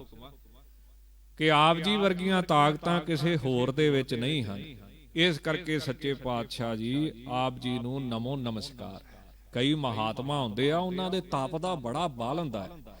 ਜਿਵੇਂ ਹਰੀ ਨਾਰਾਇਣ ਉਪਦੇਸ਼ ਦੇ ਵਿੱਚ ਸੰਤ ਜੀ ਲਿਖਦੇ ਨੇ, ਮਹਾਂਪੁਰਸ਼ ਲਿਖਦੇ ਨੇ ਵੀ ਇੱਕ ਮਹਾਤਮਾ ਡਾਕਟਰ ਭਾਈ ਵੀਰ ਸਿੰਘ ਜੀ ਨੇ ਵੀ ਸੰਤਾਂ ਦੇ ਜੀਵਨਾਂ ਵਿੱਚ ਲਿਖਿਆ ਹੈ ਵੀ ਕਈ ਮਹਾਤਮਾ ਏਡੇ ਸਿੱਧ ਹੋਏ ਕਿ ਜੇ ਉਹਨਾਂ ਨੇ ਫੁਰਨਾ ਕੀਤਾ ਵੀ ਨਦੀ ਦੇ ਵਿੱਚ ਹੱਥ ਨਹੀਂ ਧੋਣੇ, ਜਿੱਥੇ ਮੈਂ ਬੈਠਾ ਵਾਂ ਇੱਥੇ ਹੀ ਪਾਣੀ ਚੱਲੇ ਪ੍ਰਗਟ ਹੋਵੇ, ਤਾਂ ਉੱਥੇ ਉਹ ਪਾਣੀ ਪ੍ਰਗਟ ਹੋ ਗਿਆ। ਉਹਦੇ ਵਿੱਚੋਂ ਕਿਰਿਆ ਵਾਲੇ ਹੱਥ ਧੋ ਲੈਣੇ ਤੇ ਨਦੀ ਦੇ ਵਿੱਚ ਇਸ਼ਨਾਨ ਕਰਨਾ। ਕਿਉਂ? ਉਹਨਾਂ ਦੇ ਮਨ ਦੀ ਭਾਵਨਾ ਸੀ ਵੀ ਜਿੱਥੇ ਇਸ਼ਨਾਨ ਕਰੀਏ ਉੱਥੇ ਹੀ ਹੱਥ ਧੋਈਏ ਆਦਿਕ। ਕਿਉਂਕਿ ਦੇਹੀ ਦਾ ਸੁਭਾਅ ਹੈ, ਇਹਨੇ ਅਪਵਿੱਤਰ ਤੇ ਹੋਣਾ ਹੀ ਆ। ਸਰੀਰ ਵਸਤਰਾਂ ਨੂੰ ਵੀ ਸਾਫ਼ ਕਰਨਾ, ਦੇਹੀ ਦੇ ਵੀ ਅਪਵਿੱਤਰ ਹੋਣਾ ਹੈ। ਤਾਂ ਉਹਨਾਂ ਦੇ ਮਨ ਦੇ ਵਿੱਚ ਇਹ ਫੁਰਨਾ ਹੀ ਆ ਗਿਆ ਵੀ ਉੱਥੇ ਨਦੀ ਦੇ ਵਿੱਚ ਨਹੀਂ ਮੈਂ ਜਾ ਕੇ ਹੱਥ ਧੋਣੇ, ਕੱਪੜੇ ਧੋਣੇ, ਇੱਥੇ ਵੱਖਰਾ ਪਾਣੀ ਹੋਵੇ। ਤਾਂ ਉੱਥੋਂ ਪਾਣੀ ਦੀ ਧਾਰਾ ਫੁੱਟ ਗਈ। ਪਰ ਜਿੰਨਾ ਚਿਰ ਉਹਨਾਂ ਦਾ ਸਰੀਰ ਰਿਹਾ ਉਹਨਾਂ ਚਿਰ ਤੇ ਚੱਲਦੀ ਰਹੀ। ਜਿੱਦਣ ਉਹਨਾਂ ਦਾ ਸਰੀਰ ਸ਼ਾਂਤ ਹੋ ਗਿਆ ਉਦਣ ਖਤਮ ਹੋ ਗਈ। ਪਰ ਜਿੱਥੇ ਗੁਰੂ ਨਾਨਕ ਦੇਵ ਸਾਹਿਬ ਨੇ ਆਖਿਆ ਵੀ ਇੱਥੋਂ ਪਾਣੀ ਨਿਕਲੇ, ਉੱਥੇ ਅੱਜ ਵੀ ਚੱਲਦਾ ਪੰਜਾ ਸਾਹਿਬ। ਜਿੱਥੇ ਦਸਵੇਂ ਪਾਤਸ਼ਾਹ ਨੇ ਨੇਜਾ ਮਾਰਿਆ ਗੁਰੂ ਕੇ ਲਾਹੌਰ ਵੀ ਇੱਥੋਂ ਜਲ ਪ੍ਰਗਟ ਹੋਵੇ, ਜਾਂ ਕਿਤੇ ਬਚਨ ਕੀਤਾ ਤਰਬੇਣੀ ਪ੍ਰਗਟ ਹੋਵੇ, ਉੱਥੇ ਜਲ ਅੱਜ ਵੀ ਚੱਲਦਾ ਹੈ। ਜੋਗੀਆਂ ਦੇ ਵਿੱਚ ਸਿੱਧੀਆਂ ਤੇ ਨੇ, ਪਰ ਓਡੀਆਂ ਵੱਡੀਆਂ ਸਿੱਧੀਆਂ ਨਹੀਂ ਜਿੰਨੀਆਂ ਈਸ਼ਵਰ ਦੇ ਵਿੱਚ ਹੁੰਦੀਆਂ। ਇਸ ਕਰਕੇ ਹੇ ਵਾਹਿਗੁਰੂ ਜੀ, ਆਪ ਤੇ ਪਰਮ ਸਿੱਧ ਹੋ, ਉਹ ਤਿਕ੍ਰਿਸ਼ਟ ਤਾਕਤਾਂ ਵਾਲੇ ਹੋ। ਤੁਹਾਡੀਆਂ ਤਾਕਤਾਂ ਮੁੱਕ ਨਹੀਂ ਸਕਦੀਆਂ, ਖਤਮ ਨਹੀਂ ਹੋ ਸਕਦੀਆਂ। ਹੁਣ ਕੋਈ ਦੁਨੀਆ 'ਚ ਇਹੋ ਜਿਹਾ ਜੋਗੀ ਹੋਇਆ ਵਾ ਜਿਹਨੇ ਨਦੀ ਖਿੱਚ ਕੇ ਲੈ ਆਂਦੀ ਹੋਵੇ। ਇੱਧਰ ਯੂਪੀ ਦੇ ਵਿੱਚ ਜਾਓ, ਸ੍ਰੀ ਗੁਰੂ ਨਾਨਕ ਦੇਵ ਸਾਹਿਬ ਦਾ ਇਦਾਂ ਦਾ ਸਥਾਨ ਹੈ। ਭਾਈ ਮਰਦਾਨੇ ਨੂੰ ਕਹਿੰਦੇ ਸਿੱਧਾਂ ਨਾਲ ਚਰਚਾ ਹੋਈ। ਉਹਨਾਂ ਆਖਿਆ ਜੀ ਜਲ ਇੱਥੇ ਲਿਆਓ। ਮਹਾਰਾਜ ਕਹਿੰਦੇ ਭਾਈ ਬਾਲੇ ਮਰਦਾਨੇ ਸਾਹਿਬ ਨੂੰ ਵੀ ਐ ਕਰੋ, ਆ ਸਾਡੇ ਹੱਥ ਦੀ ਛੜੀ ਜਾਂ ਸੋਟੀ ਖੁੰਡੀ ਲੈ ਜਾਓ ਤੇ ਪਛਾਣ ਨੂੰ ਨਹੀਂ ਵੇਖਣਾ, ਤੇ ਨਦੀ ਨੂੰ ਕਹੋ ਪਿੱਛੇ ਪਿੱਛੇ ਤੁਰੀ ਆ। ਉਹ ਤੁਸੀਂ ਅੱਜ ਵੀ ਜਾ ਕੇ ਦੇਖ ਸਕਦੇ ਹੋ ਗੁਰੂ ਘਰ, ਕੋਈ ਅੱਤ ਕਥਨੀ ਨਹੀਂ, ਆਪ ਅੱਖਾਂ ਨਾਲ ਜਾ ਕੇ ਦੇਖੋ। ਤਾਂ ਜਿੱਥੋਂ ਤੱਕ ਉਹਨਾਂ ਨੇ ਨਹੀਂ ਵੇਖਿਆ ਪਿੱਛੇ ਤੱਕ, ਉੱਥੇ ਤੱਕ ਤੁਰੀ ਆਈ, ਆਪਣਾ ਥਾਂ ਛੱਡ ਗਈ। ਜਿੱਥੇ ਵੇਖ ਲਿਆ ਉੱਥੇ ਹੀ ਖੜ ਗਈ। ਤਾਂ ਜਿਹੜੀ ਉਤਕ੍ਰਿਸ਼ਟ ਸਿੱਧੀ ਹੈ, ਪਰਮ ਸਿੱਧੀ ਹੈ, ਵੱਡੀ ਤਾਕਤ ਹੈ, ਉਹ ਸਿਰਫ ਤੇ ਸਿਰਫ ਈਸ਼ਵਰ ਵਿੱਚ ਹੈ, ਵਾਹਿਗੁਰੂ ਵਿੱਚ ਹੈ। ਇਸ ਕਰਕੇ ਮਹਾਰਾਜ ਕਹਿੰਦੇ ਨਮੋ ਨਮਸਕਾਰ ਹੈ ਆਪ ਜੀ ਨੂੰ। ਆਪ ਪਰਮ ਸਿੱਧੀਆਂ ਵਾਲੇ ਹੋ। ਸਿੱਧਨ ਮੈਂ ਤੇਰੀ ਪ੍ਰਭ ਸਿੱਧਾ, ਕਰਮਨ ਸਿਰ ਕਰਮਾ ਆਗਿਆ, ਮੈਂ ਤੇਰੀ ਪ੍ਰਭ ਆਗਿਆ, ਹੁਕਮਨ ਸਿਰ ਹੁਕਮਾ। ਐਸੇ ਵਾਹਿਗੁਰੂ ਜੀ ਨੂੰ ਨਮਸਕਾਰ ਹੈ। ਨਮੋ ਰਾਜ ਰਾਜੇਸ਼ਵਰੰ ਪਰਮ ਬ੍ਰਿਧੇ। ਇਹ ਅਕਾਲ ਪੁਰਖ ਜੀ ਆਪ ਰਾਜਿਆਂ ਦੇ ਰਾਜਾ। ਅੱਗੇ ਕੀ ਆ? ਰਾਜੇਸ਼ਵਰੰ, ਈਸ਼ਵਰ। ਜਿਹੜੇ ਰਾਜਿਆਂ ਦੇ ਰਾਜੇ, ਉਹਨਾਂ ਦੇ ਵੀ ਈਸ਼ਰ, ਵੱਡੇ ਰਾਜਾ। ਤੇ ਪਰਮ ਬ੍ਰਿਧੇ, ਬਹੁਤੇ ਵਿਸਤਾਰ ਵਾਲੇ, ਪਸਾਰੇ ਵਾਲੇ। ਬੜਾ ਵੱਡਾ ਆਪ ਜੀ ਦਾ ਰਾਜ ਭਾਗ ਹੈ, ਬੜਾ ਵੱਡਾ ਪਸਾਰਾ ਹੈ। ਹੁਣ ਕਿੰਨੇ ਬ੍ਰਹਿਮੰਡ ਹੋਣਗੇ, ਕੋਈ ਗਿਣਤੀ ਨਹੀਂ, ਅਨੰਤ ਹੀ ਹੈ। ਏਡੇ ਵੱਡੇ ਬ੍ਰਹਿਮੰਡਾਂ ਦੇ ਵਿੱਚ ਉਹਨਾਂ ਬ੍ਰਹਿਮੰਡਾਂ ਨੂੰ ਆਪਣੇ ਹੁਕਮ 'ਚ ਰੱਖਣਾ, ਆਪਣੀ ਆਗਿਆ ਦੇ ਵਿੱਚ ਚਲਾਉਣਾ, ਤਾਂ ਇਸ ਕਰਕੇ ਬਹੁਤੇ ਵਿਸਥਾਰ ਵਾਲੇ, ਉਹ ਪਸਾਰੇ ਵਾਲੇ ਹੋ। ਸਤਿਗੁਰੂ ਵੀ ਬਾਣੀ ਵਿੱਚ ਕਹਿੰਦੇ, ਪੰਜਵੇਂ ਪਾਤਸ਼ਾਹ, ਰਾਜਨ ਮਹਿ ਤੂੰ ਰਾਜਾ ਕਹੀਏ, ਭੂਮਨ ਮਹਿ ਭੂਮਾ, ਠਾਕੁਰ ਮੈਂ ਠੁਕਰਾਈ ਤੇਰੀ ਕੌਮਨ ਸਿਰ ਕੌਮਾ। ਜਾਂ ਗਿਆਨ ਪ੍ਰਬੋਧ ਚ ਮਹਾਰਾਜ ਕਹਿੰਦੇ ਨਾ, ਸਾਹਾਨ ਸਾਹਿਬ ਸੁਗਰ, ਅਤ ਪ੍ਰਤਾਪ ਸੁੰਦਰ ਸਬਲ, ਰਾਜਾਨ ਰਾਜ ਸਾਹਿਬ ਸਬਲ, ਅਮਿਤ ਤੇਜ ਅਸ਼ੈ ਅਸ਼ਲ। ਆਪ ਜੀ ਵਰਗਾ ਬਲ ਕਿਸੇ ਵਿੱਚ ਨਹੀਂ। ਤਾਂ ਇਸ ਕਰਕੇ ਹੇ ਸੱਚੇ ਪਾਤਸ਼ਾਹ, ਬਹੁਤੇ ਵੱਡੇ ਵਿਸਤਾਰ ਵਾਲੇ ਬਾਦਸ਼ਾਹ ਤੁਸੀਂ ਹੋ। ਆਪ ਜੀ ਨੂੰ ਨਮੋ ਨਮਸਕਾਰ ਹੈ। ਨਮੋ ਸ਼ਸਤਰ ਪਾਣੇ। ਨਮਸਕਾਰ ਹੈ ਜਿਹੜਾ ਸ਼ਸਤਰਾਂ ਨੂੰ ਪਾਣੇ ਹੱਥਾਂ ਵਿੱਚ ਧਾਰਨ ਕਰਨ ਵਾਲਾ ਹੈ। ਹੁਣ ਇਹ ਬਾਣੀ ਕੌਣ ਲਿਖ ਸਕਦਾ? ਜਿਨ੍ਹਾਂ ਨੇ ਹੱਥਾਂ 'ਚ ਸ਼ਸਤਰ ਫੜਾਉਣੇ ਸੀ। ਕਿਉਂ? ਇਹ ਜਿਹੜੀ ਹਿੰਦੁਸਤਾਨ ਜਨਤਾ ਸੀ, ਇਹ ਤਾਂ ਬਹੁਤ ਜ਼ਿਆਦਾ ਕਮਜ਼ੋਰ ਤੇ ਕਮਦਲੀ ਹੋ ਚੁੱਕੀ ਸੀ। ਕਲਗੀਧਰ ਦਾ ਜਿਹੜਾ ਪਰਮਾਤਮਾ ਹੈ, ਵਾਹਿਗੁਰੂ ਹੈ, ਉਹ ਆਪ ਸ਼ਸਤਰ ਧਾਰੀ ਆ। ਉਹ ਸ਼ਕੀਨ ਆ ਹੱਥਾਂ 'ਚ ਸ਼ਸਤਰ ਰੱਖਣ ਵਾਲਾ। ਤਾਂ ਨਮੋ ਸ਼ਸਤਰ ਪਾਣੇ, ਜਿਹਦੇ ਹੱਥ ਦੇ ਵਿੱਚ ਸ਼ਸਤਰ ਪਾਣੇ ਧਾਰਨ ਕੀਤੇ ਹੋਏ ਨੇ, ਉਹਨੂੰ ਮੇਰੀ ਨਮਸਕਾਰ ਹੈ। ਕਲਗੀਧਰ ਦਾ ਰੱਬ ਵੀ ਸ਼ਸਤਰ ਧਾਰੀ ਹੈ, ਸੂਰਬੀਰ ਹੈ, ਯੋਧਾ ਹੈ। ਜਿਵੇਂ ਮਹਾਰਾਜ ਕਹਿੰਦੇ ਨਾ, ਸ੍ਰੀ ਅਸਤੁਜ ਭਏ ਦਿਆਲਾ, ਪੂਰਨ ਕਰਾ ਗ੍ਰੰਥ ਤਕਾਲਾ। ਇਹ ਅਸਤੁਜ ਕੀ ਹੈ? ਜਾਂ ਖੜਗ ਕੇਤ ਮੈਂ ਸਰਨ ਧਿਆਰੀ। ਇਹ ਖੜਗ ਕੇਤ ਕੀ ਹੈ? ਸ਼ਸਤਰਾਂ ਦੇ ਧਾਰਨ ਕਰਨ ਵਾਲਾ ਹੈ। ਤਾਂ ਸਤਿਗੁਰੂ ਜੀ ਦਾ ਰੱਬ ਕਿਦਾਂ ਦਾ ਹੈ? ਕਿਰਪਾਨ ਪਾਣ ਧਾਰੀਆਂ, ਕਰੋੜ ਪਾਪ ਟਾਰੀਆਂ, ਗਦਾ ਗ੍ਰਿਸ਼ਟ ਪਾਣੀਆਂ, ਕਮਾਣ ਮਾਣ ਤਾਣਿਆਂ। ਸਤਿਗੁਰੂ ਤੇ ਕਹਿੰਦੇ, ਜਿਨਨੇ ਕਿਰਪਾਨ ਪਾਣ ਧਾਰਨ ਕੀਤੀ ਹੋਈ, ਜਿਹੜਾ ਵਾਹਿਗੁਰੂ ਕਰੋੜਾਂ ਪਾਪਾਂ ਨੂੰ ਕੱਟਣ ਵਾਲਾ ਹੈ। ਸਤਿਗੁਰੂ ਜੀ ਦਾ ਵਾਹਿਗੁਰੂ ਵੀ ਸ਼ਸਤਰ ਧਾਰੀ ਆ। ਚਤੁਰਵਾਹ ਚਾਰੰ ਕਰੀਟੰ ਸੁਧਾਰੰ। ਹੁਣ ਕਿੰਨੇ ਨੇ ਦਸਮ ਦੇ ਵਿੱਚ ਪ੍ਰਮਾਣ? ਉਦਾਹਰਣ ਦੇ ਤੌਰ ਤੇ, ਸੋ ਆਦ ਅੰਤ ਏਕਿਅੰ, ਧਰੇ ਸਰੂਪ ਅਨੇਕਿਅੰ, ਕਿਰਪਾਨ ਪਾਣ ਰਾਜੇ, ਬਲੋਗ ਪਾਪ ਭਾਜੇ। ਜਿਹੜਾ ਸ਼ਸਤਰ ਨੂੰ ਧਾਰਨ ਕਰਨ ਵਾਲਾ ਹੈ, ਜਿਹਦੇ ਦਰਸ਼ਨ ਕੀਤਿਆਂ ਹੀ ਪਾਪ ਭੱਜ ਜਾਂਦੇ ਆ, ਦੁਸ਼ਟ ਭੱਜ ਜਾਂਦੇ ਨੇ ਸ਼ਸਤਰ ਨੂੰ ਦੇਖਿਆ। ਤਾਂ ਐਸੇ ਵਾਹਿਗੁਰੂ ਸੱਚੇ ਪਾਤਸ਼ਾਹ ਨੂੰ ਨਮੋ ਨਮਸਕਾਰ ਹੈ। ਨਮੋ ਅਸਤਰ ਮਾਣੇ। ਮਾਣੇ ਮੈਨੇ ਸਤਿਕਾਰ ਕਰਨਾ, ਮਾਣ ਕਰਨਾ। ਨਮਸਕਾਰ ਹੈ ਜਿਹੜਾ ਸ਼ਸਤਰਾਂ ਦਾ ਮਾਣ ਕਰਦਾ ਹੈ, ਸਤਿਕਾਰ ਕਰਦਾ ਹੈ। ਜਿਤੇ ਸ਼ਸਤਰ ਨਾਮੰ ਨਮਸਕਾਰ ਤਾਮ, ਜਿਤੇ ਅਸਤਰ ਭੇਂਗ ਨਮਸਕਾਰ ਤੇ। ਧਾਰਮਿਕ ਗ੍ਰੰਥਾਂ ਦੇ ਵਿੱਚ ਸ਼ਸਤਰ ਦੀ ਬੜੀ ਵੱਡੀ ਮਹਿਮਾ ਲਿਖੀ। ਜੇ ਪੁਰਾਣੇ ਗ੍ਰੰਥ ਵੇਖੀਏ ਤੇ ਉਹਨਾਂ ਦੇ ਵਿੱਚ ਵੀ, ਜੇ ਸਿੱਖ ਇਤਿਹਾਸ ਦੇਖੀਏ ਤੇ ਉਹਨਾਂ ਦੇ ਵਿੱਚ ਵੀ। ਉਦਾਹਰਣ ਦੇ ਤੌਰ ਤੇ ਜੇ ਪੁਰਾਣੇ ਗ੍ਰੰਥਾਂ ਦੀ ਸਾਖੀ ਲਈਏ ਤਾਂ ਅਸ਼ਵਧਾਮਾ ਸੈਨਾ ਭੱਜ ਰਹੀ ਹੈ, ਬੜੇ ਬੜੇ ਸੂਰਮੇ ਵੀ ਭੱਜੇ ਜਾ ਰਹੇ ਨੇ। ਉਹਨੇ ਪੁੱਛਿਆ ਵੀ ਏਡੇ ਵੱਡੇ ਸੂਰਮੇ ਕੌਰਵ, ਇਹ ਭੱਜਣ ਦੀ ਕੀ ਗੱਲ ਹੈ? ਬ੍ਰਾਹਮਣਾਂ ਦਾ ਲੜਕਾ ਸੀ ਪਰ ਹੈ ਬੜਾ ਸੂਰਮਾ। ਵੈਸੇ ਇਹ ਗੱਲ ਏਡੀ ਹੁੰਦੀ ਨਹੀਂ ਵੀ ਬ੍ਰਾਹਮਣ ਵੀ ਹੋਵੇ ਤੇ ਸੂਰਮਾ ਵੀ ਹੋਵੇ, ਬਹੁਤ ਘੱਟ ਹੁੰਦਾ, ਪਰ ਹੈ ਬੜਾ ਸੂਰਮਾ। ਵੀ ਤੁਸੀਂ ਏਡੀ ਵੱਡੀ ਫੌਜ, ਏਡੇ ਵੱਡੇ ਯੋਧੇ ਭੱਜੀ ਕਿਉਂ ਜਾਂਦੇ ਹੋ? ਤਾਂ ਕਿਰਪਾਚਾਰੀਏ ਨੇ ਆਖਿਆ ਵੀ ਤੇਰਾ ਪਿਤਾ ਜਿਹੜਾ ਦਰੋਣਾਚਾਰੀਆ, ਉਹ ਮਾਰਿਆ ਗਿਆ, ਸਰੀਰ ਤਿਆਗ ਦਿੱਤਾ ਹੈ। ਉਹ ਕਹਿੰਦਾ ਉਹ ਤੇ ਮਰ ਨਹੀਂ ਸੀ ਸਕਦਾ, ਇਹੀ ਤੇ ਸਭ ਨੂੰ ਵਹਿਮ ਹੈ। ਤਾਂ ਕਹਿੰਦੇ ਧੋਖੇ ਦੇ ਨਾਲ ਉਹ ਮਾਰਿਆ ਗਿਆ। ਜਦੋਂ ਉਹਨੂੰ ਪਤਾ ਲੱਗਾ ਵੀ ਇੱਕ ਹਾਥੀ ਮਾਰ ਕੇ ਭੀਮ ਸੈਨ ਨੇ ਯੁਧਿਸ਼ਟਰ ਤੋਂ ਕਹਾ ਦਿੱਤਾ ਕਿ ਆਪ ਜੀ ਦਾ ਪੁੱਤਰ ਅਸ਼ਵਧਾਮਾ ਮਾਰਿਆ ਗਿਆ, ਹੁਣ ਪੁੱਤ ਮੋਹ ਕਿੱਡਾ ਹੁੰਦਾ ਹੈ। ਦਰੋਣਾਚਾਰਿਆ ਲੜੀ ਗਿਆ। ਪਾਂਡਵਾਂ ਨੇ ਭਗਵਾਨ ਕ੍ਰਿਸ਼ਨ ਜੀ ਹਰ ਤਰ੍ਹਾਂ ਦੀ ਨੀਤੀ ਵਰਤ ਲੈਂਦੇ ਸੀ।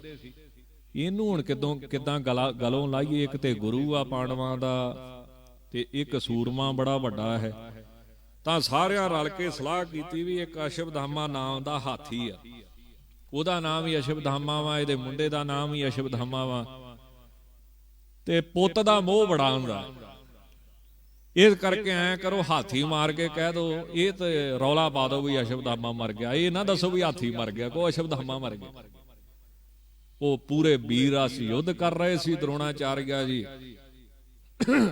ਰੌਲਾ ਪਾਤਾ ਅਸ਼ਵਧਾਮਾ ਮਰ ਗਿਆ। ਬਸ ਉੱਥੇ ਹੀ ਹਥਿਆਰ ਡਿੱਗ ਪਏ, ਹੱਥੋਂ ਡਿੱਗ ਪਿਆ ਸਾਰਾ ਕੁਛ ਹੀ, ਬਹਿ ਗਿਆ ਰੱਥ ਦੇ ਨਾਲ, ਚੱਕਰ ਦੇ ਨਾਲ ਪਿੱਠ ਲਾ ਕੇ ਧੌਣ ਠਾਂ ਨੂੰ ਕਰਕੇ ਤੇ ਵਿਰਾਗ ਦੇ ਵਿੱਚ ਆ ਗਏ। ਮਹਾਰਾਜ ਨੇ ਆਖਿਆ ਕੀ ਮੌਕਾ ਵੇਖਦੇ ਹੋ। ਜਦੋਂ ਹਥਿਆਰ ਠਾਂ ਕੀਤੇ ਉਹਨਾਂ ਨੇ ਲਾ ਕੇ ਧੌਣ ਪਾਸੇ ਰੱਖਤੀ ਪਾਂਡਵਾਂ ਨੇ। ਤਾਂ ਉਹ ਫਿਰ ਜਦੋਂ ਪਤਾ ਲੱਗਾ, ਜਾਂ ਫਿਰ ਇਦਾਂ ਵੀ ਲਿਖਿਆ ਵਾ ਵੀ ਉਹਨੇ ਜਦੋਂ ਸ਼ਸਤਰ ਅਸਤਰ ਤਿਆਗੇ, ਪਦਮ ਆਸਨ ਲਾ ਲਿਆ, ਧਿਆਨ ਵਿੱਚ ਬਹਿ ਕੇ, ਗੁਰੂ ਸੀ ਨਾ, ਸੰਤ ਵੀ ਸੀ। ਤਾਂ ਬਹੁਤੇ ਪੁਰਾਣੇ ਗ੍ਰੰਥ ਕਹਿੰਦੇ ਨੇ ਵੀ ਉਹ ਫਿਰ ਧਿਆਨ 'ਚ ਬਹਿ ਗਏ, ਚੌਂਕੜਾ ਮਾਰ ਕੇ। ਫਿਰ ਉਹਨਾਂ ਨੇ ਆਪਣੇ ਜਿਹੜੇ ਸਵਾਸ ਸੀ ਉਹ ਚੜਾਏ ਤੇ ਬ੍ਰਹਮਰੰਦਰ ਨਾੜੀ ਤੋੜ ਕੇ ਚੌਂਕੜਾ ਮਾਰ ਕੇ ਸਰੀਰ ਛੱਡ ਦਿੱਤੇ ਵੀ ਜੇ ਪੁੱਤ ਨਹੀਂ ਰਿਹਾ ਤੇ ਰਹਿਣਾ ਮੈਂ ਵੀ ਨਹੀਂ। ਯੋਗੀ ਵੀ ਸੀ, ਗੁਰੂ ਸੀ ਨਾ, ਹਰ ਤਰ੍ਹਾਂ ਦੀ ਵਿਦਿਆ ਜਾਣਦਾ ਸੀ। ਤਾਂ ਇਸ ਤਰ੍ਹਾਂ ਵੀ ਲਿਖਿਆ ਹੈ। ਤਾਂ ਇਹ ਜਿਹੜੇ ਇਤਿਹਾਸ ਹੈ, ਫਿਰ ਗੱਲ ਬੜੀ ਲੰਮੀ ਹੈ, ਸੰਖੇਪ ਚ ਬੇਨਤੀ ਕਰਾਂ ਵੀ ਅਸ਼ਵਧਾਮਾ ਫਿਰ ਗੁੱਸੇ ਚ ਆਇਆ, ਇਹਨਾਂ ਦੇ ਧੋਖੇ ਨਾਲ ਮੇਰਾ ਪਿਤਾ ਮਾਰਿਆ। ਤਾਂ ਉਹਨੇ ਫਿਰ ਨਾਰਾਇਣ ਅਸਤਰ ਦਾ ਪ੍ਰਯੋਗ ਕੀਤਾ। ਨਾਰਾਇਣ ਅਸਤਰ ਨੇ ਪਰਲੇ ਲਿਆ ਦਿੱਤੀ, ਕਹਿੰਦੇ ਸਾਰੇ ਬੰਨੇ ਅੱਗ ਲੱਗ ਗਈ।